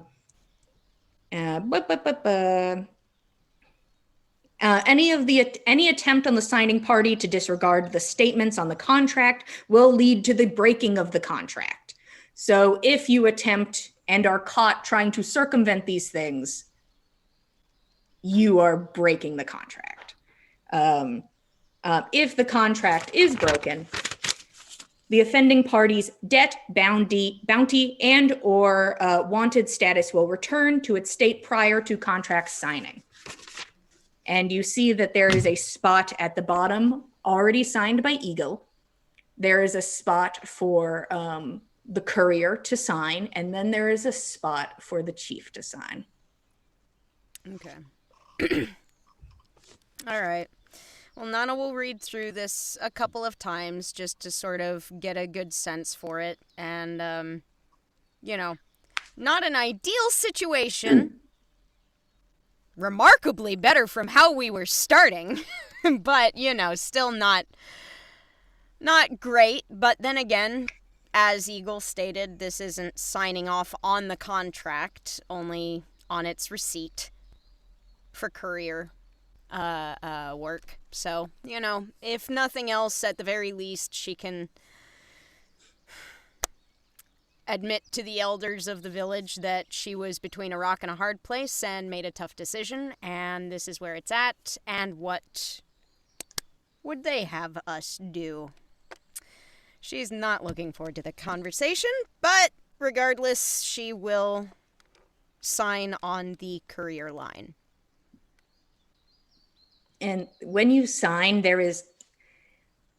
you can almost feel like the ink sink into the paper. Like it feels like it's absorbing it thoroughly. It is still present on top, but it just feels like it's being taken in.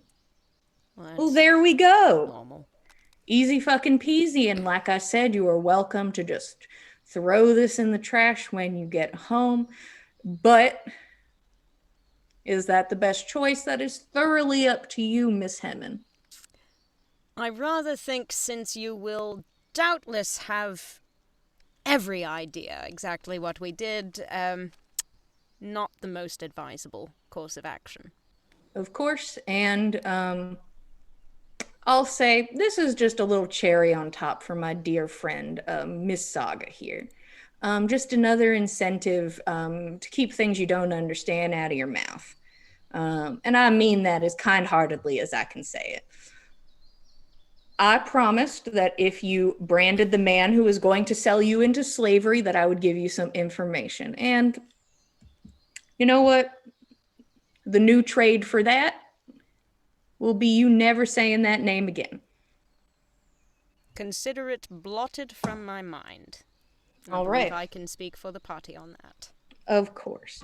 Now, as I said prior, I'm no fool, and I did not promise to give you a name, but I will definitely give you some useful information. Now, this was an order I received pretty hastily, and this order, besides, the large sum of money and the bit of weight they seem to be able to throw around, this order was given to me by somebody with the station of chief. Interesting. I don't suppose you were given any indication about... I wouldn't go so far as to presume you could give the precise location from which this order came, but far northward, far away, rather close to where we are now. Can you give me a hot or cold? I certainly cannot. I suppose that's only to be expected. All I can say is that it was brought to me quite quickly.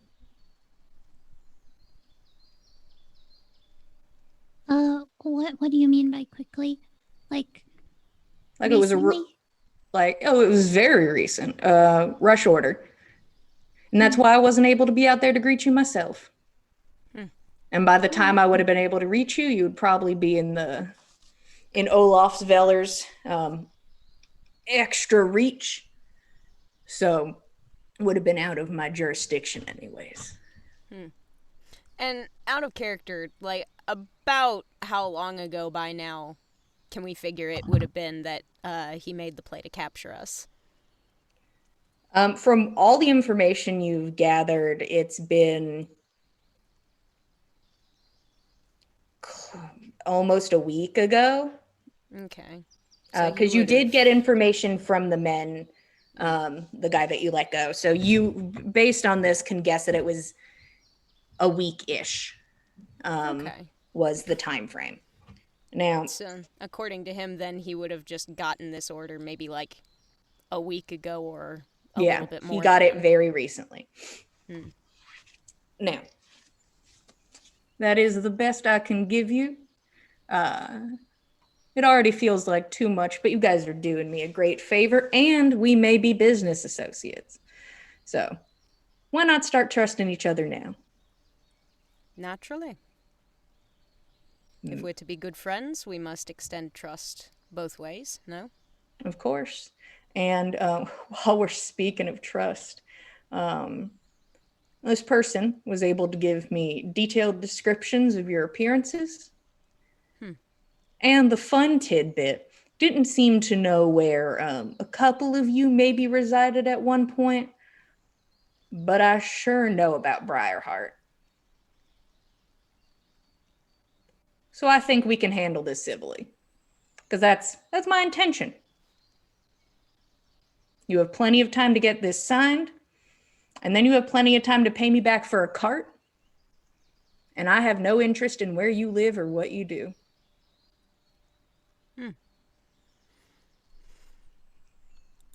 An amply generous deal, it sounds to me. I agree. Well, after everything is over and stuff, could we, like, still hang out? He smiles at you and then turns his focus to Roshan. You are certainly welcome anytime. Oh, wow.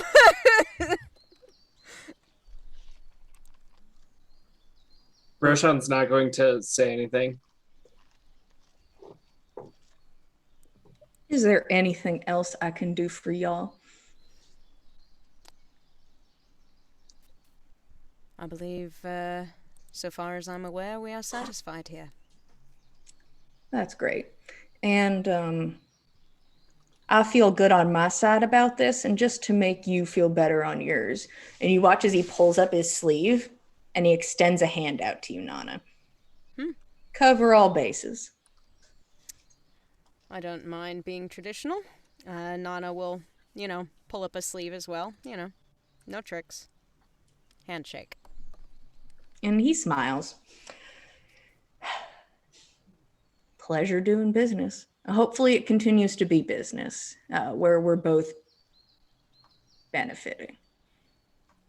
I can only hope. Of course. You're welcome to see yourselves out. I just wanted to give you this.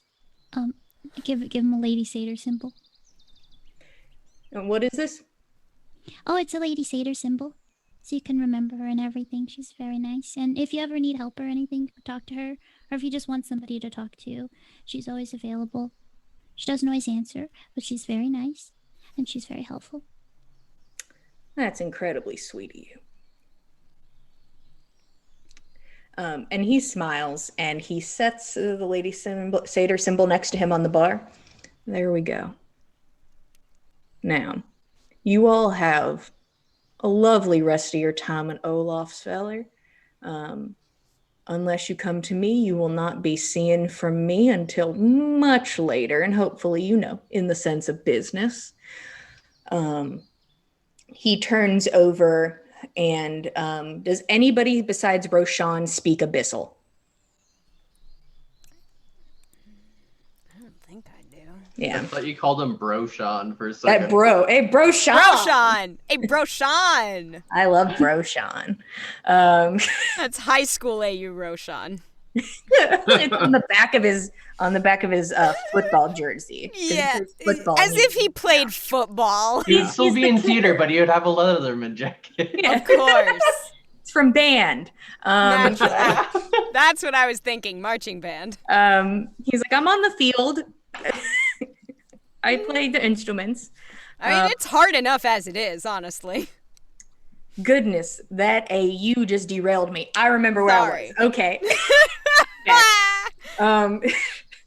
Roshan, you're the only one who understands this. You can see that he's speaking to Valrone in Abyssal, and he says, go ahead and get rid of the convoy on the road.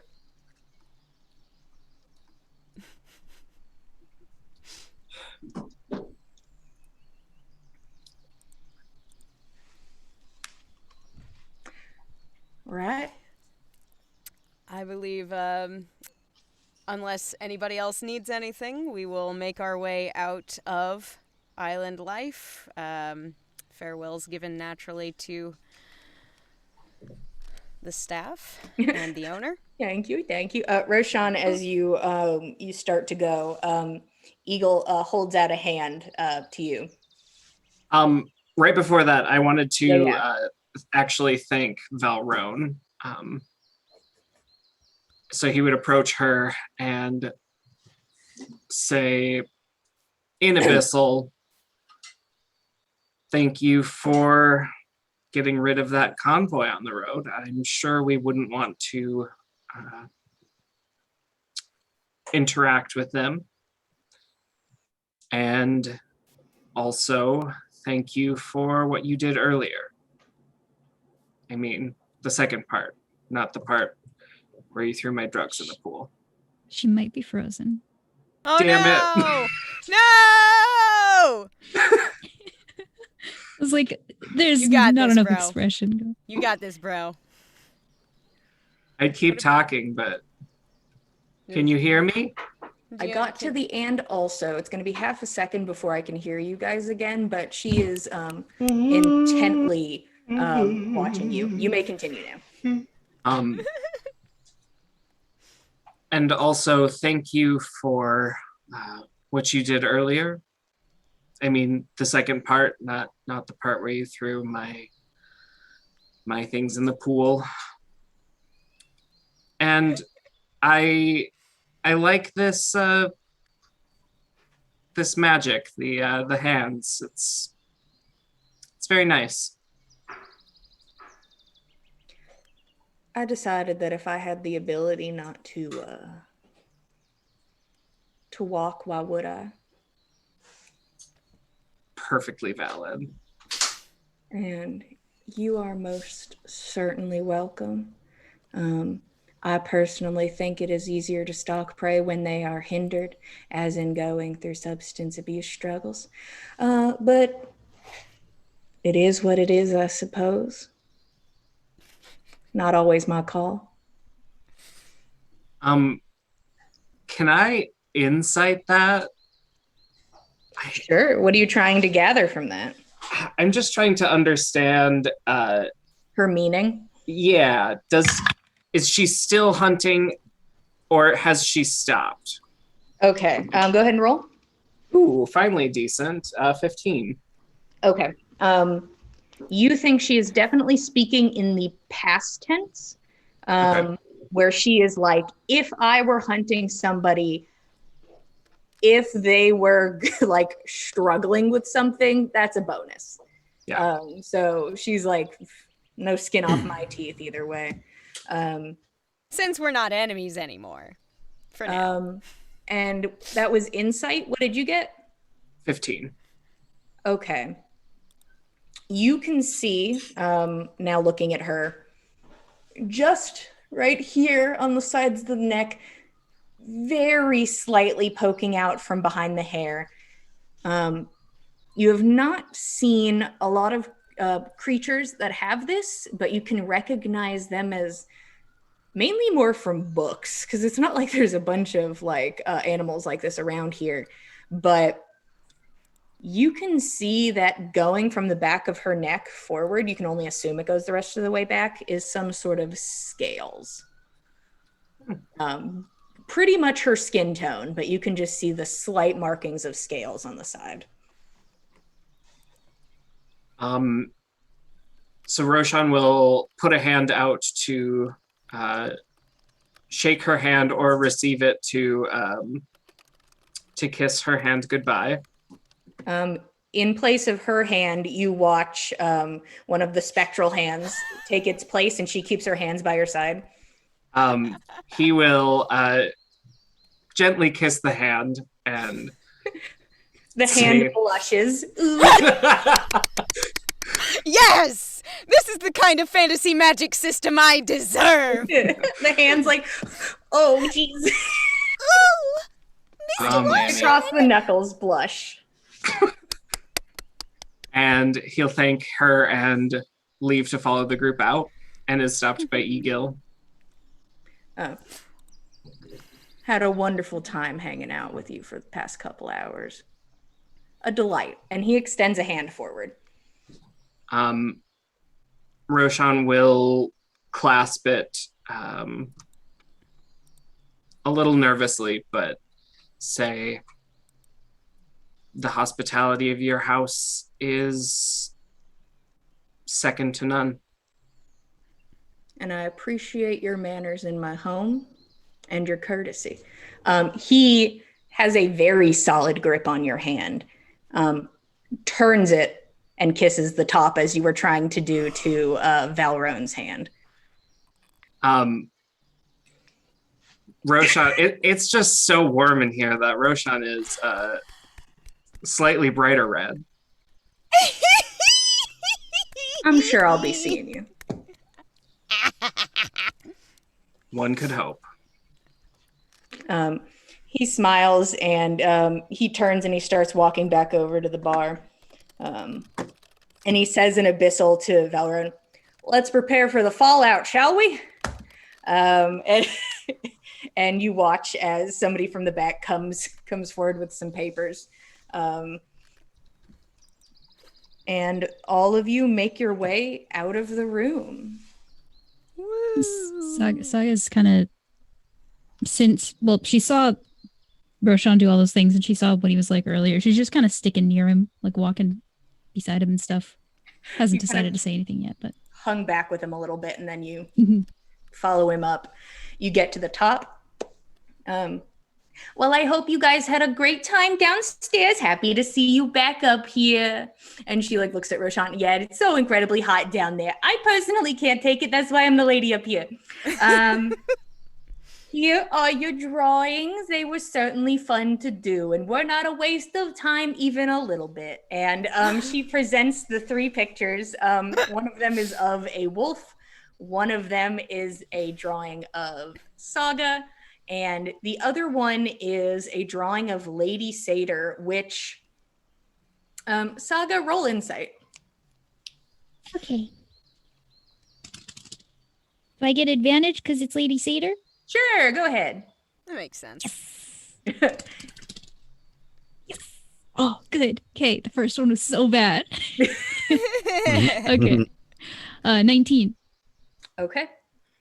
You look at it and you're like, wow, she's beautiful. And as you're looking at her and you see that she has a regal appearance to her, a very warm smile on her face, a headdress that you see has anointments of the sea. Her shoulders each have like a jellyfish that like hangs upon them.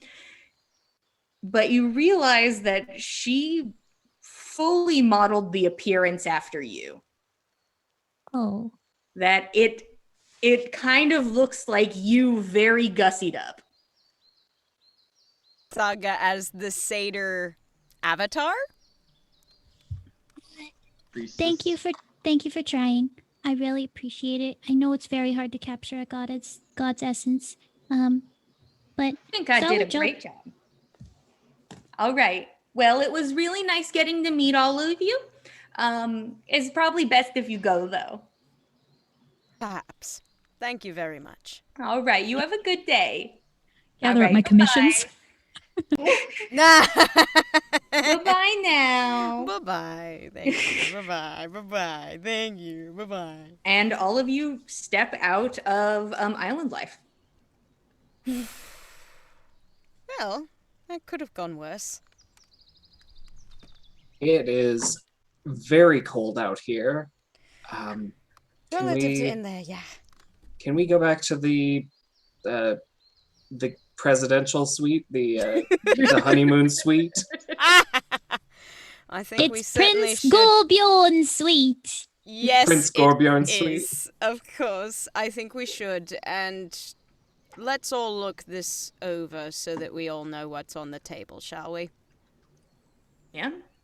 You all make your way back quickly to the room. You all go into the presidential suite of Prince Gorbjorn. You Prince are eyed Gorbjorn! by the owner, not the owner, the barkeep as you come in again. He's in his town clothes. He doesn't want to be bothered. Of course, that was indeed my concern. You all make your way upstairs, closing the door behind you, and you all are now back in the room together. Of course. Is there still a box under the bed? You take a quick peek. Yes, there's still a box under the bed and 2 huge, expensive, shattered vases everywhere. Oh God! What are we going to do? What about happened those? here? Why did you go on a rage, Gorbjorn? They didn't knock. It was Fen. Fen broke them. Are people supposed to knock on their own door? They knew I was resting. They knew that Oh. I was guarding Ave. That they should have knocked. We didn't realize you'd used 2 very expensive-looking vases as They were loud. triple arms. It worked. Oh God! These are all correct Are we going to be statements. able to afford this? You're I'm not gonna wrong. argue. I don't know if we're going to be able to afford this. Oh Well, dear. I've been It'll be trying fine. to mend them, but it's gonna take probably 3 months, I'd say. We haven't got 3 days. How about we gather up the pieces and hide them? Oh, that'd be fun. Where would you suggest we do that in a way that the hotel won't notice that they're gone? Oh, they can totally notice them, just not till after we leave. Okay. I'll start Actually- scooping up the pieces and putting them in one pouch in my compartment. Oh, we're taking them with us. I was thinking, what if I made like a shirt or like a headdress or like some jewelry with them? They'd be so pretty. I was thinking like we'd finally fix it and then like return to sender. Yeah. 3 months later, you send the There you vases go. back. That actually could that work? Is there anything, you guys start cleaning up the vases Yeah. and sort of settling in, is there anything you guys wanted to do before the next day?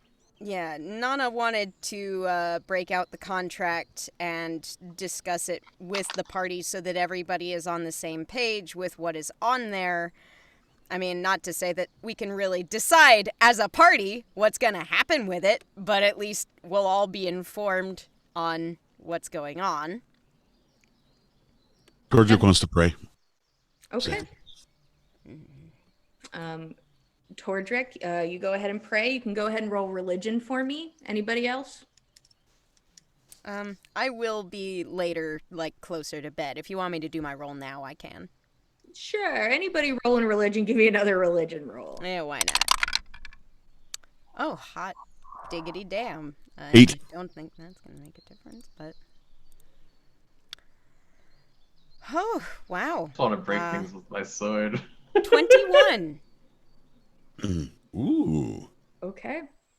Saga? Mm-hmm. 9. 9? 9? You're muted. Muted.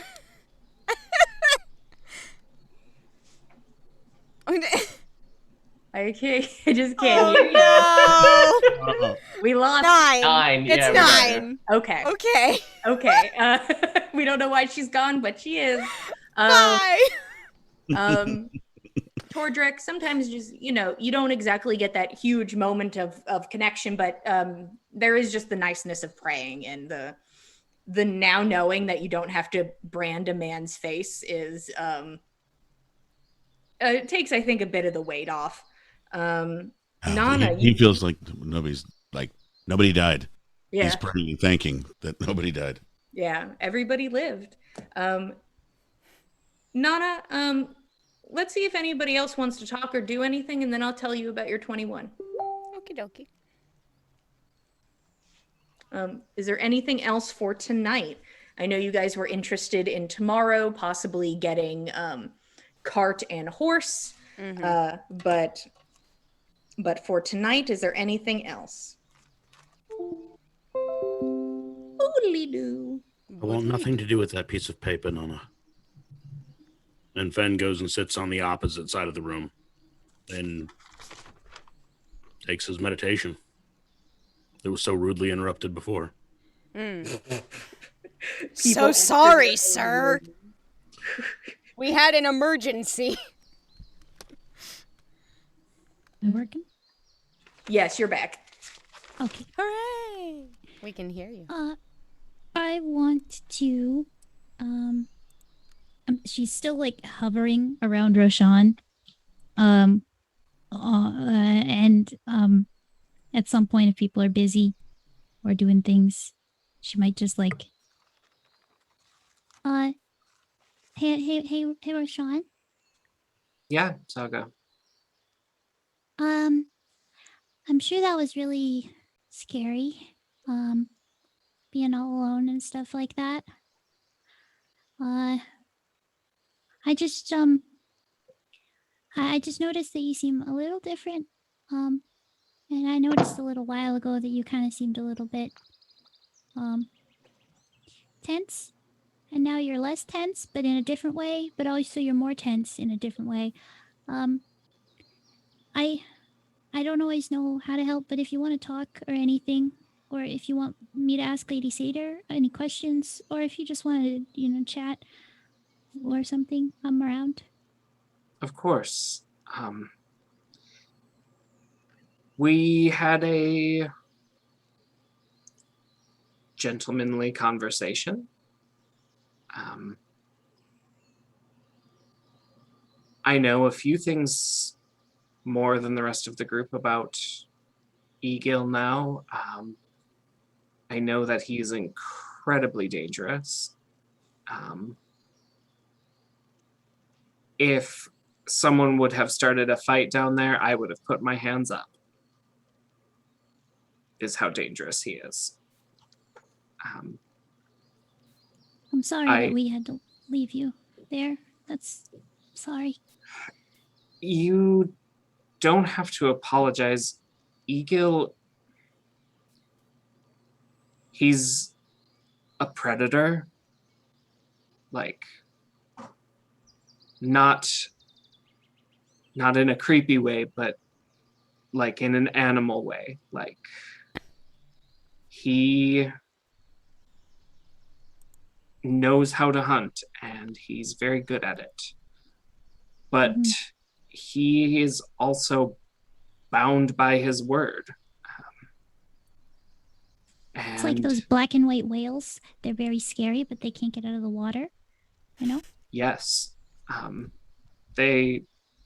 He's like that, but on land and red. Yeah. Different color. Yeah.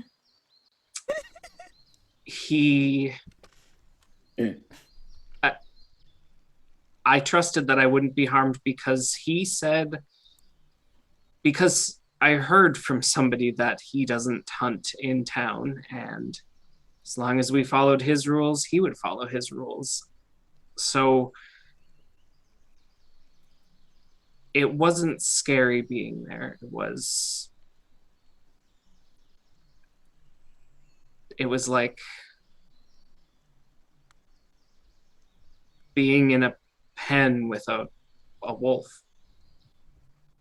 A wolf that could kill me at any moment, but I don't know. He's complex. That's a lot. I can't help it. Is that the reason? I'm sorry, it just doesn't seem like that's pretty bad. But it seems like that might not be. That's scary, but that's over, and you still seem strange. I think I'm still recovering from being knocked out for multiple days. Right. I still don't feel 100%. Not since before that, so. Yeah, I guess the routine is off, like going to making camp and having tea and going to sleep and all that. That's kind of hard to get back into the right mindset. Well, Yeah, and being so close to home, it's kind of scary. We're gonna be there soon, and sure, we have this whole new thing to deal with, but it feels these last 2 months have been so long, and just feel like we're so close to finishing what we started. yeah. I have no idea what's gonna happen when we get back. I know Lady Seidyr will have another job for me, but I don't know if you guys are going to be coming with, or, well, what are you gonna do? Are you just gonna stay home now? I don't know. Perhaps, like you said, Lady Seidyr will have a job for you that requires all of us. Would you guys would you really come? If Lady Seidyr said she needed your help, would you? I don't see why not. Thank you. That's really nice of you. I mean, I know it's like a lot of work and everything, and, you know, following some strange goddess and stuff, but I know she really appreciates it. You are a prime example of a good person, and I think she's very proud of everything that you do, and I can't think of anyone. Okay, I can think of people. I can't think of anyone in this group who wouldn't be happy to stand by your side and help you. Yeah. Trying to decipher what you said. Okay. Boop, boop, boop, boop, boop. Yeah. Well, I just think we've been traveling for a long time, and you don't really talk too much, and I hope that we can keep traveling, and I hope that we can be better friends and everything. And I also I kind of think that your outfit's a little bad now. Like, it's been a while, and we've been traveling for a long time. It has some like holes and things, and I'd just like to, you know, maybe make you a new one. Like, no offense, but None taken, Saga. It's been 2 months in basically the same clothes, and yeah. we've been to hell and back. Oh no, but we would have to get on the like figuratively. boat. Oh, right. I would say the opposite of hell because it was really cold, but yeah. I don't think that it was Valhalla either. So, Well, I mean, Odin was there, Jotunheim. so I don't know. It's Yeah. Dante's Inferno type of hell where it's Yeah, real yeah. cold. yeah. The core of it is frozen solid. It's chilly in the middle. Mm-hmm. How Yes. thermodynamics work. Boo, get out of here.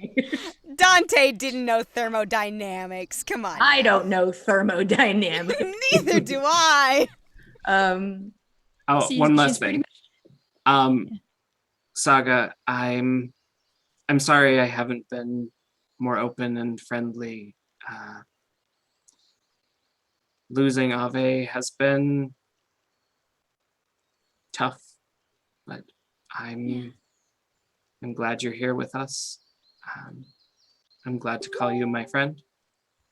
And Roshan will squeeze her hand. I'm really glad I found you guys and that I'm here. It's been weird and hard and bloody and everything, which I don't like, but I think this is kind of the best thing that's ever happened to me in the time that I remember.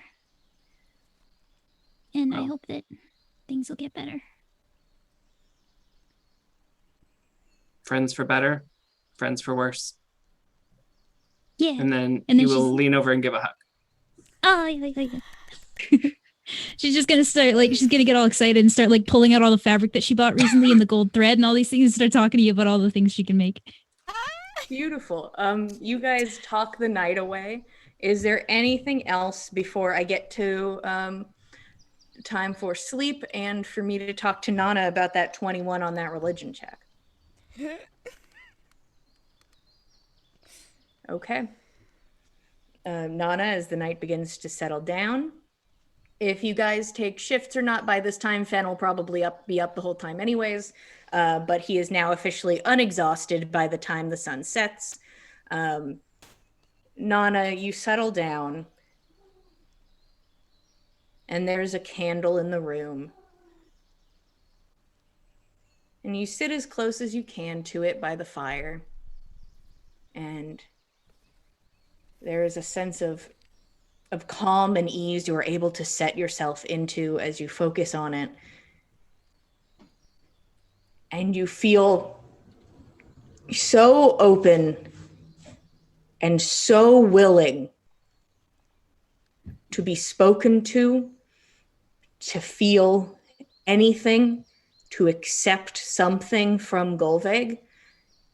And for a moment you sit by this fire and you feel what people talk about where you're like, I feel like I could be connected. And then there's truly nothing. You feel nothing. You don't feel somebody ignoring you. You don't feel someone out of reach. You feel nothing.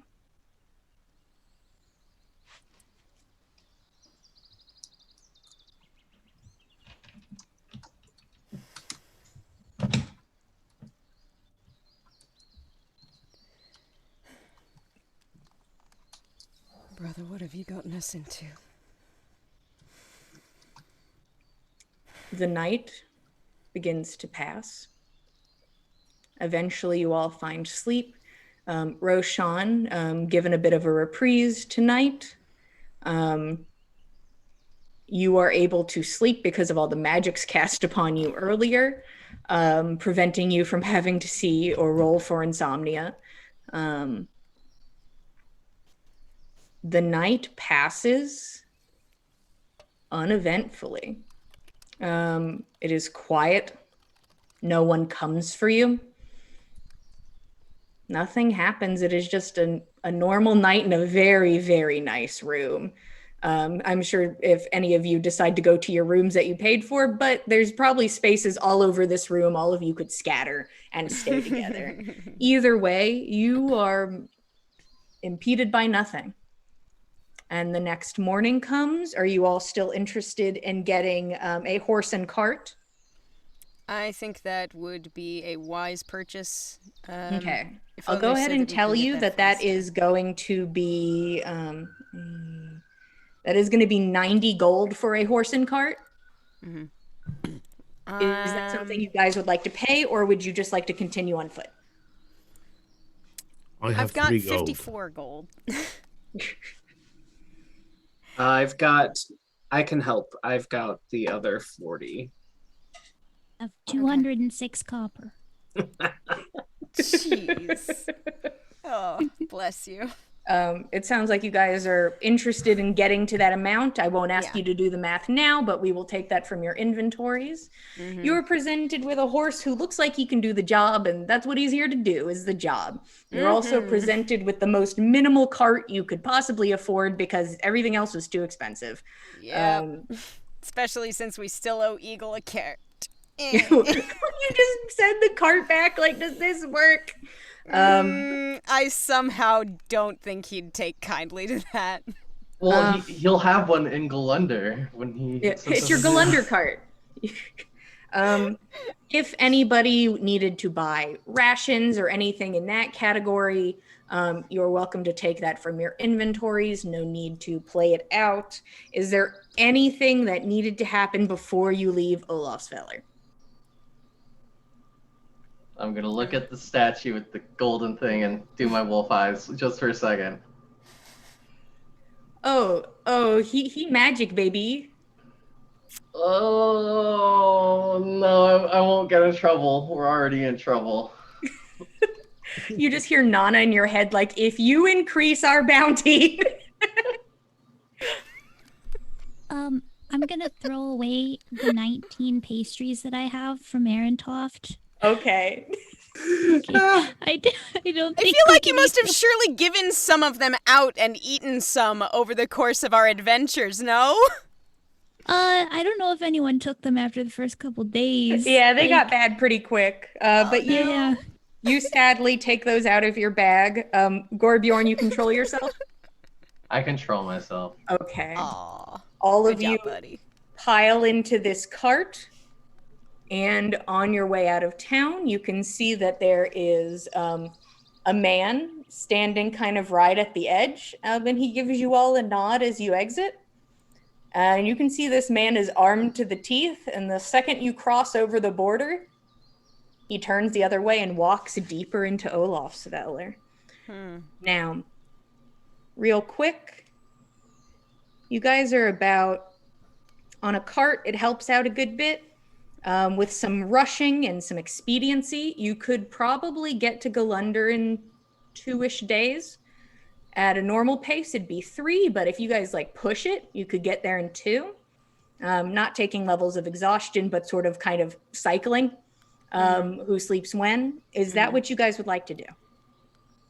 I'm 100% for it if Push y'all it. have no objections. Okay. I think we should be careful on our way back. We might have bought ourselves some time with one hunter. That does not mean there are no others looking for us. I absolutely agree. They can't find us if we're fast.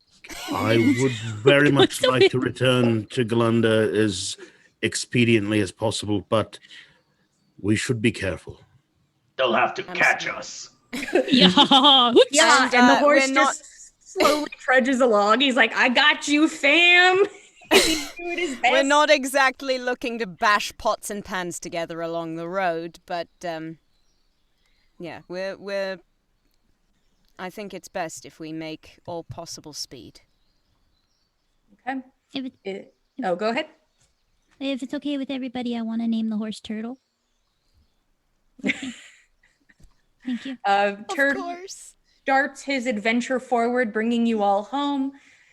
Is there anything in these next 2 days that you need to tell me you would like to do? Or is it just preparing either with yourselves about what you're going to do when you get there?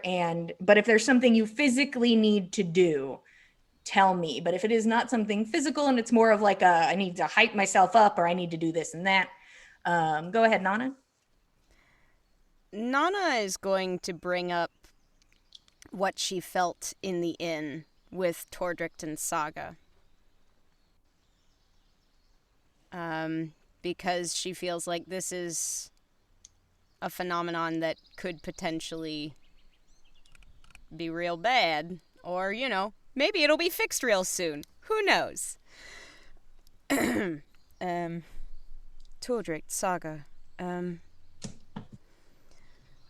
I wanted to ask you about something. I tried to pray to Gullveig the other night, and Good. I felt, for just a moment, I felt absolutely certain that I could make a connection. I felt in that moment it was real, it was in front of me. But I touched it, and there was nothing behind. There was no presence. There was no one just ignoring me. There was nothing.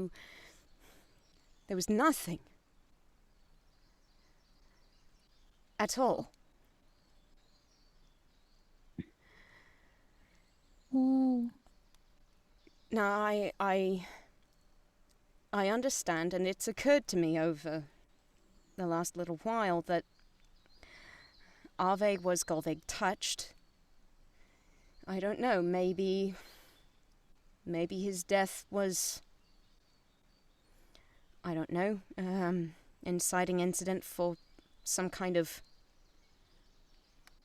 blowback against Gull'Veg, maybe, or I don't know, but Maybe she's just mad that Ave is gone and wants us to finish his funeral rites and stuff, and then she'll come back. Tordrict? You know, with so much going on, the feeling of nothing and having no worries and nothing is like a blessing itself, like a miracle.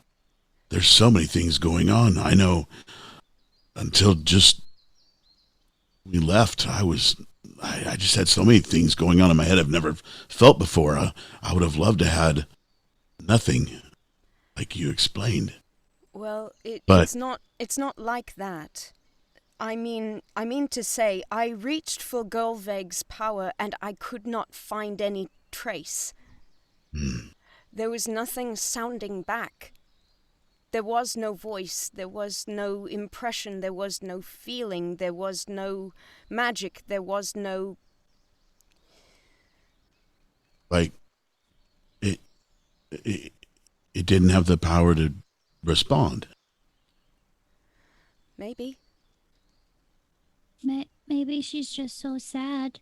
And you're really close to Ave, and you probably are a lot like him in, you know, your spiritual self. So maybe you remind her of him, and she's still grieving. I don't know. I've never had something like that. I mean, Lady Seydyr's been gone before. When I had the thing on my mouth and like I couldn't feel Lady Seydyr, was that like could I tell she was still there, or was it a similar feeling to what Nanna is describing? It's probably the closest you can get to what she is describing, at least from your experiences, but you felt as if almost like you were on the other side of a chasm and she was on the opposite side and you needed to build the bridge again. So it was, you were without her and she was out of reach, but you knew that she was not fully gone. She was just far away. So it's the closest thing you can equate to. Have you ever made a connection with her before? If it was so long ago or I was young enough, I don't recall it concretely. Well, maybe that's the problem. You haven't built anything up. You don't have anything established. Maybe you need the help from somebody who knows Gull'Veg to guide your way. Because I mean, me and Tordrict have our goddesses, but we don't know Gull'Veg. You need somebody who has Gull'Veg's power to help you gain connection. I've been watching you, and well, you've helped a lot of others with their praying and stuff in the last so many weeks. I've watched it at least 3 times. So, in my experience, I would think that you would be able to connect with the god you wish to, the goddess. Would you mind praying with me to the 9 sisters? Perhaps they could answer a question for you or help you. We can both do it and both ask the question. Saga, can you help as well? Oh, absolutely. Maybe they could help. Yeah, Maybe I'll they pull out could my. Nanna, go ahead and roll me religion with advantage. Ooh, all right. Ooh, my better roll is another 21. Okay. There is the concept that, building up a relationship, as they were telling you. And there is that moment of openness. And you do not hear a voice or feel a touch. But from Saga and Tordrict, you can feel their gods. you can feel their god's presence.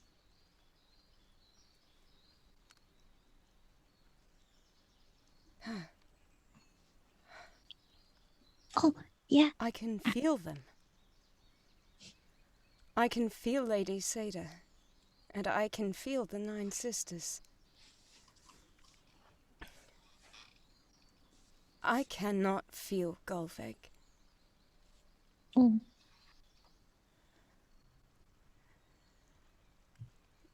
Maybe she doesn't like you.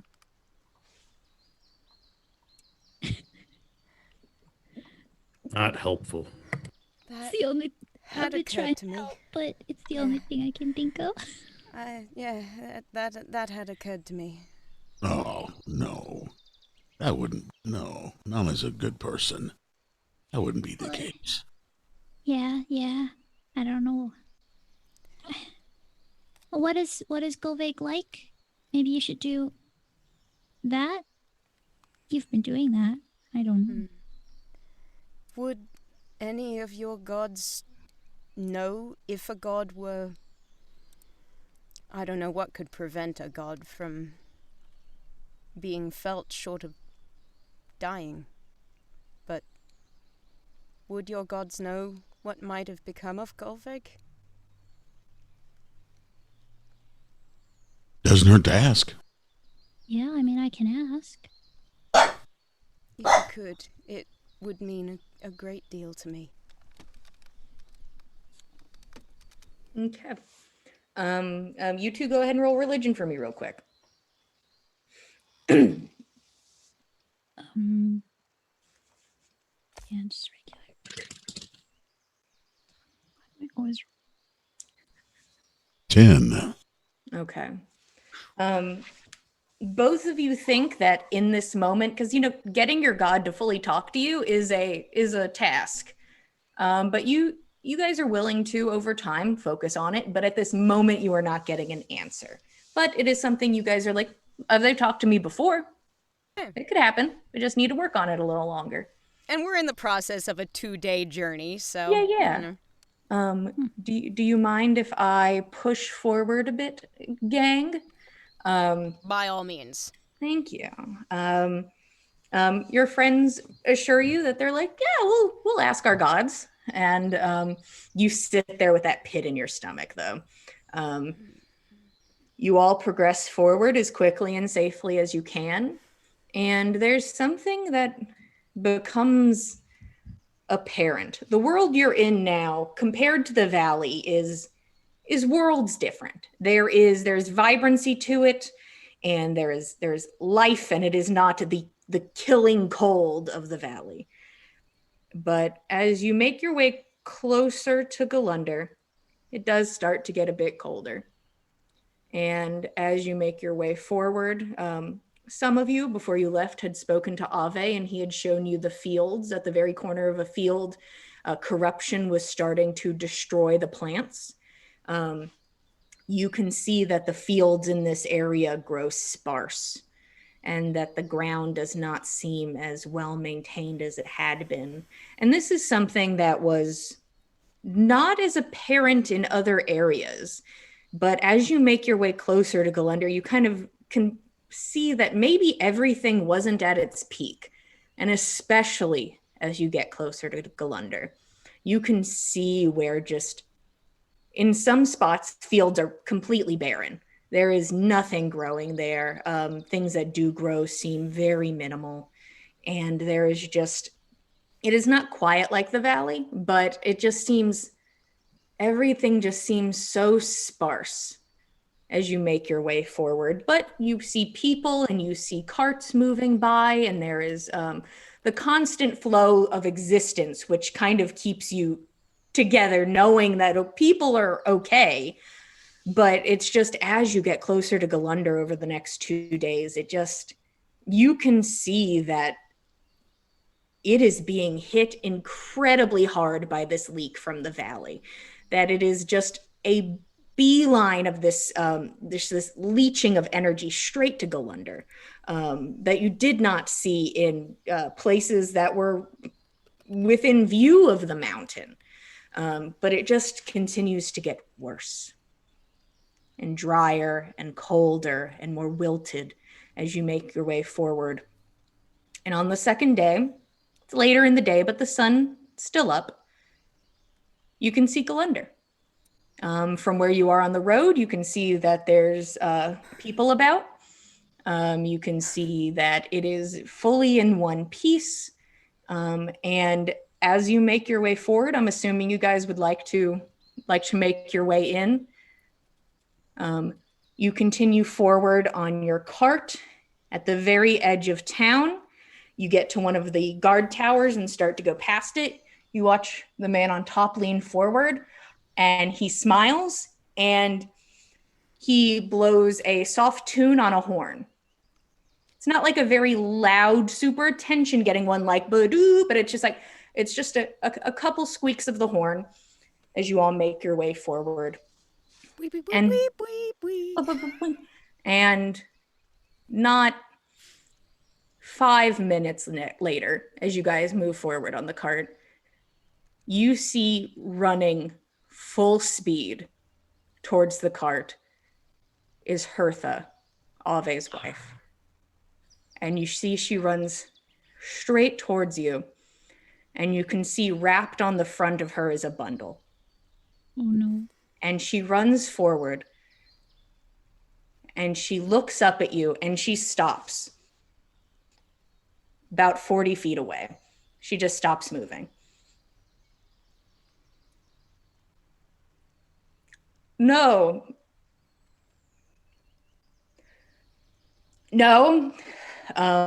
And you can see the tears spring to her eyes as she repeats no softly to herself. One hand grips to the bundle in front of her, and you can just feel the weight of the ground here as she stands in front of you. No. And she falls to her knees, and she leans forward and buries her face against the ground, where she begins to sob. Saga just starts crying too. Tordrick will immediately jump out of the wagon and go to her. Yeah. Tordrick, also. You two jump out and you begin to make your way forward, and then you feel it move under your feet, a shift, a leaning of the plants around you, and you can see that the plants darken next to Hertha, where her face buries into the ground, and she wails. And you just see she leans up, dirt smeared over her face, tears leaking out of her onto the ground. And then they touch. You watch as corruption lurches physically from the ground. A creature of tears and dirt bursts forth next to Hertha, and a second, and a third.